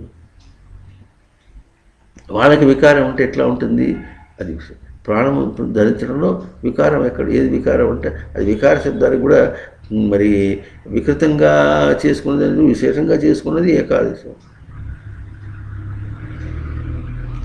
ప్రాణం ధరించిన వాళ్ళకి విశేషం ఎట్లా ఉంటుందంటే వాళ్ళకి తను ఏం ప్రవర్తించాడో దాన్ని వ్యక్తం చేయడం, అది విశేషం. విశేషేణ కరోతి కారయతి క్రియతే. ఈ వికార శబ్దాన్ని వికారం అంటే అట్టగే అర్థం చెప్తే అర్థం.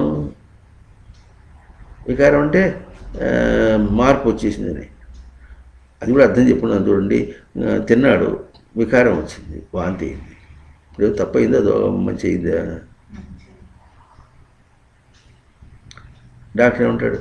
పోతే మంచిది, లోపల అరగలేదు కనుక అది వెళ్ళిపోవాలి, అది ఉండి లోపల నేను పాటు చేసే కంటే అంటే ఇప్పుడు వికారం అంటే దోషం అని అర్థం కాదుగా.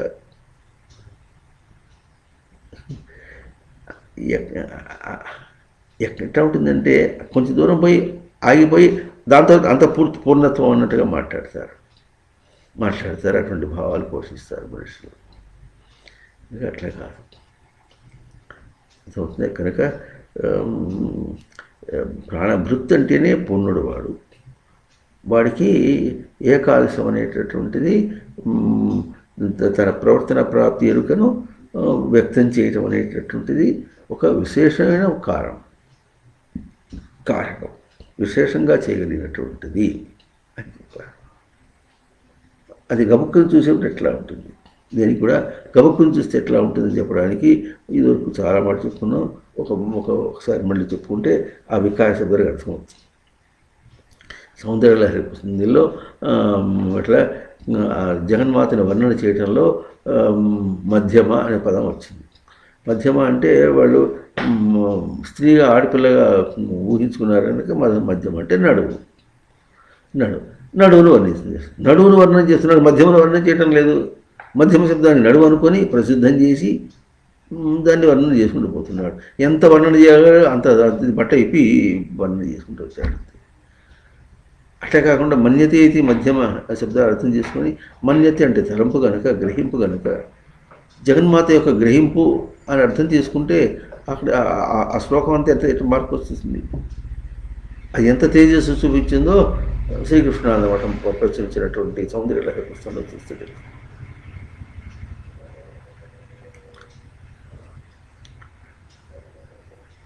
అవుతుందా? వాడు చెప్పేదేమో వేదం గురించి చెప్తారంటేనో పనికిరాందంత చెప్పి ఇది వేదంతో చెప్పినట్టంటే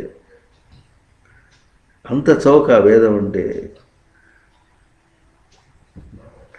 ఎంత సా కాష్ఠ సా ప్రమాణమైనటువంటి పైగా ఇంకా మాది వేదభూమి కనిపించట్లే వేదభూమి. ఆ జీన్స్ ప్యాంటును అది వేసుకున్నాడంటే వేదభూమి కాదు. భ్రష్టు పట్టించారు భారతదేశాన్ని. నేను వేదభూమి అది ఉంటుంది, భూమి అంతా వేదభూమి. అది పోషింపడుతున్నటువంటి భారతదేశాన్ని నాశనం చేశారంటే ఎవరు పని చేశారు? భారతదేశీయులే నాశనం చేశారు.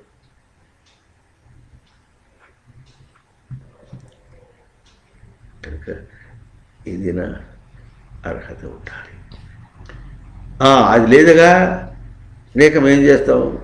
ఏం చేస్తామంటే లేదుగా అది తినకుండా ఉన్నావా? అరగట్లేదు కదా తినకుండా ఉన్నావా?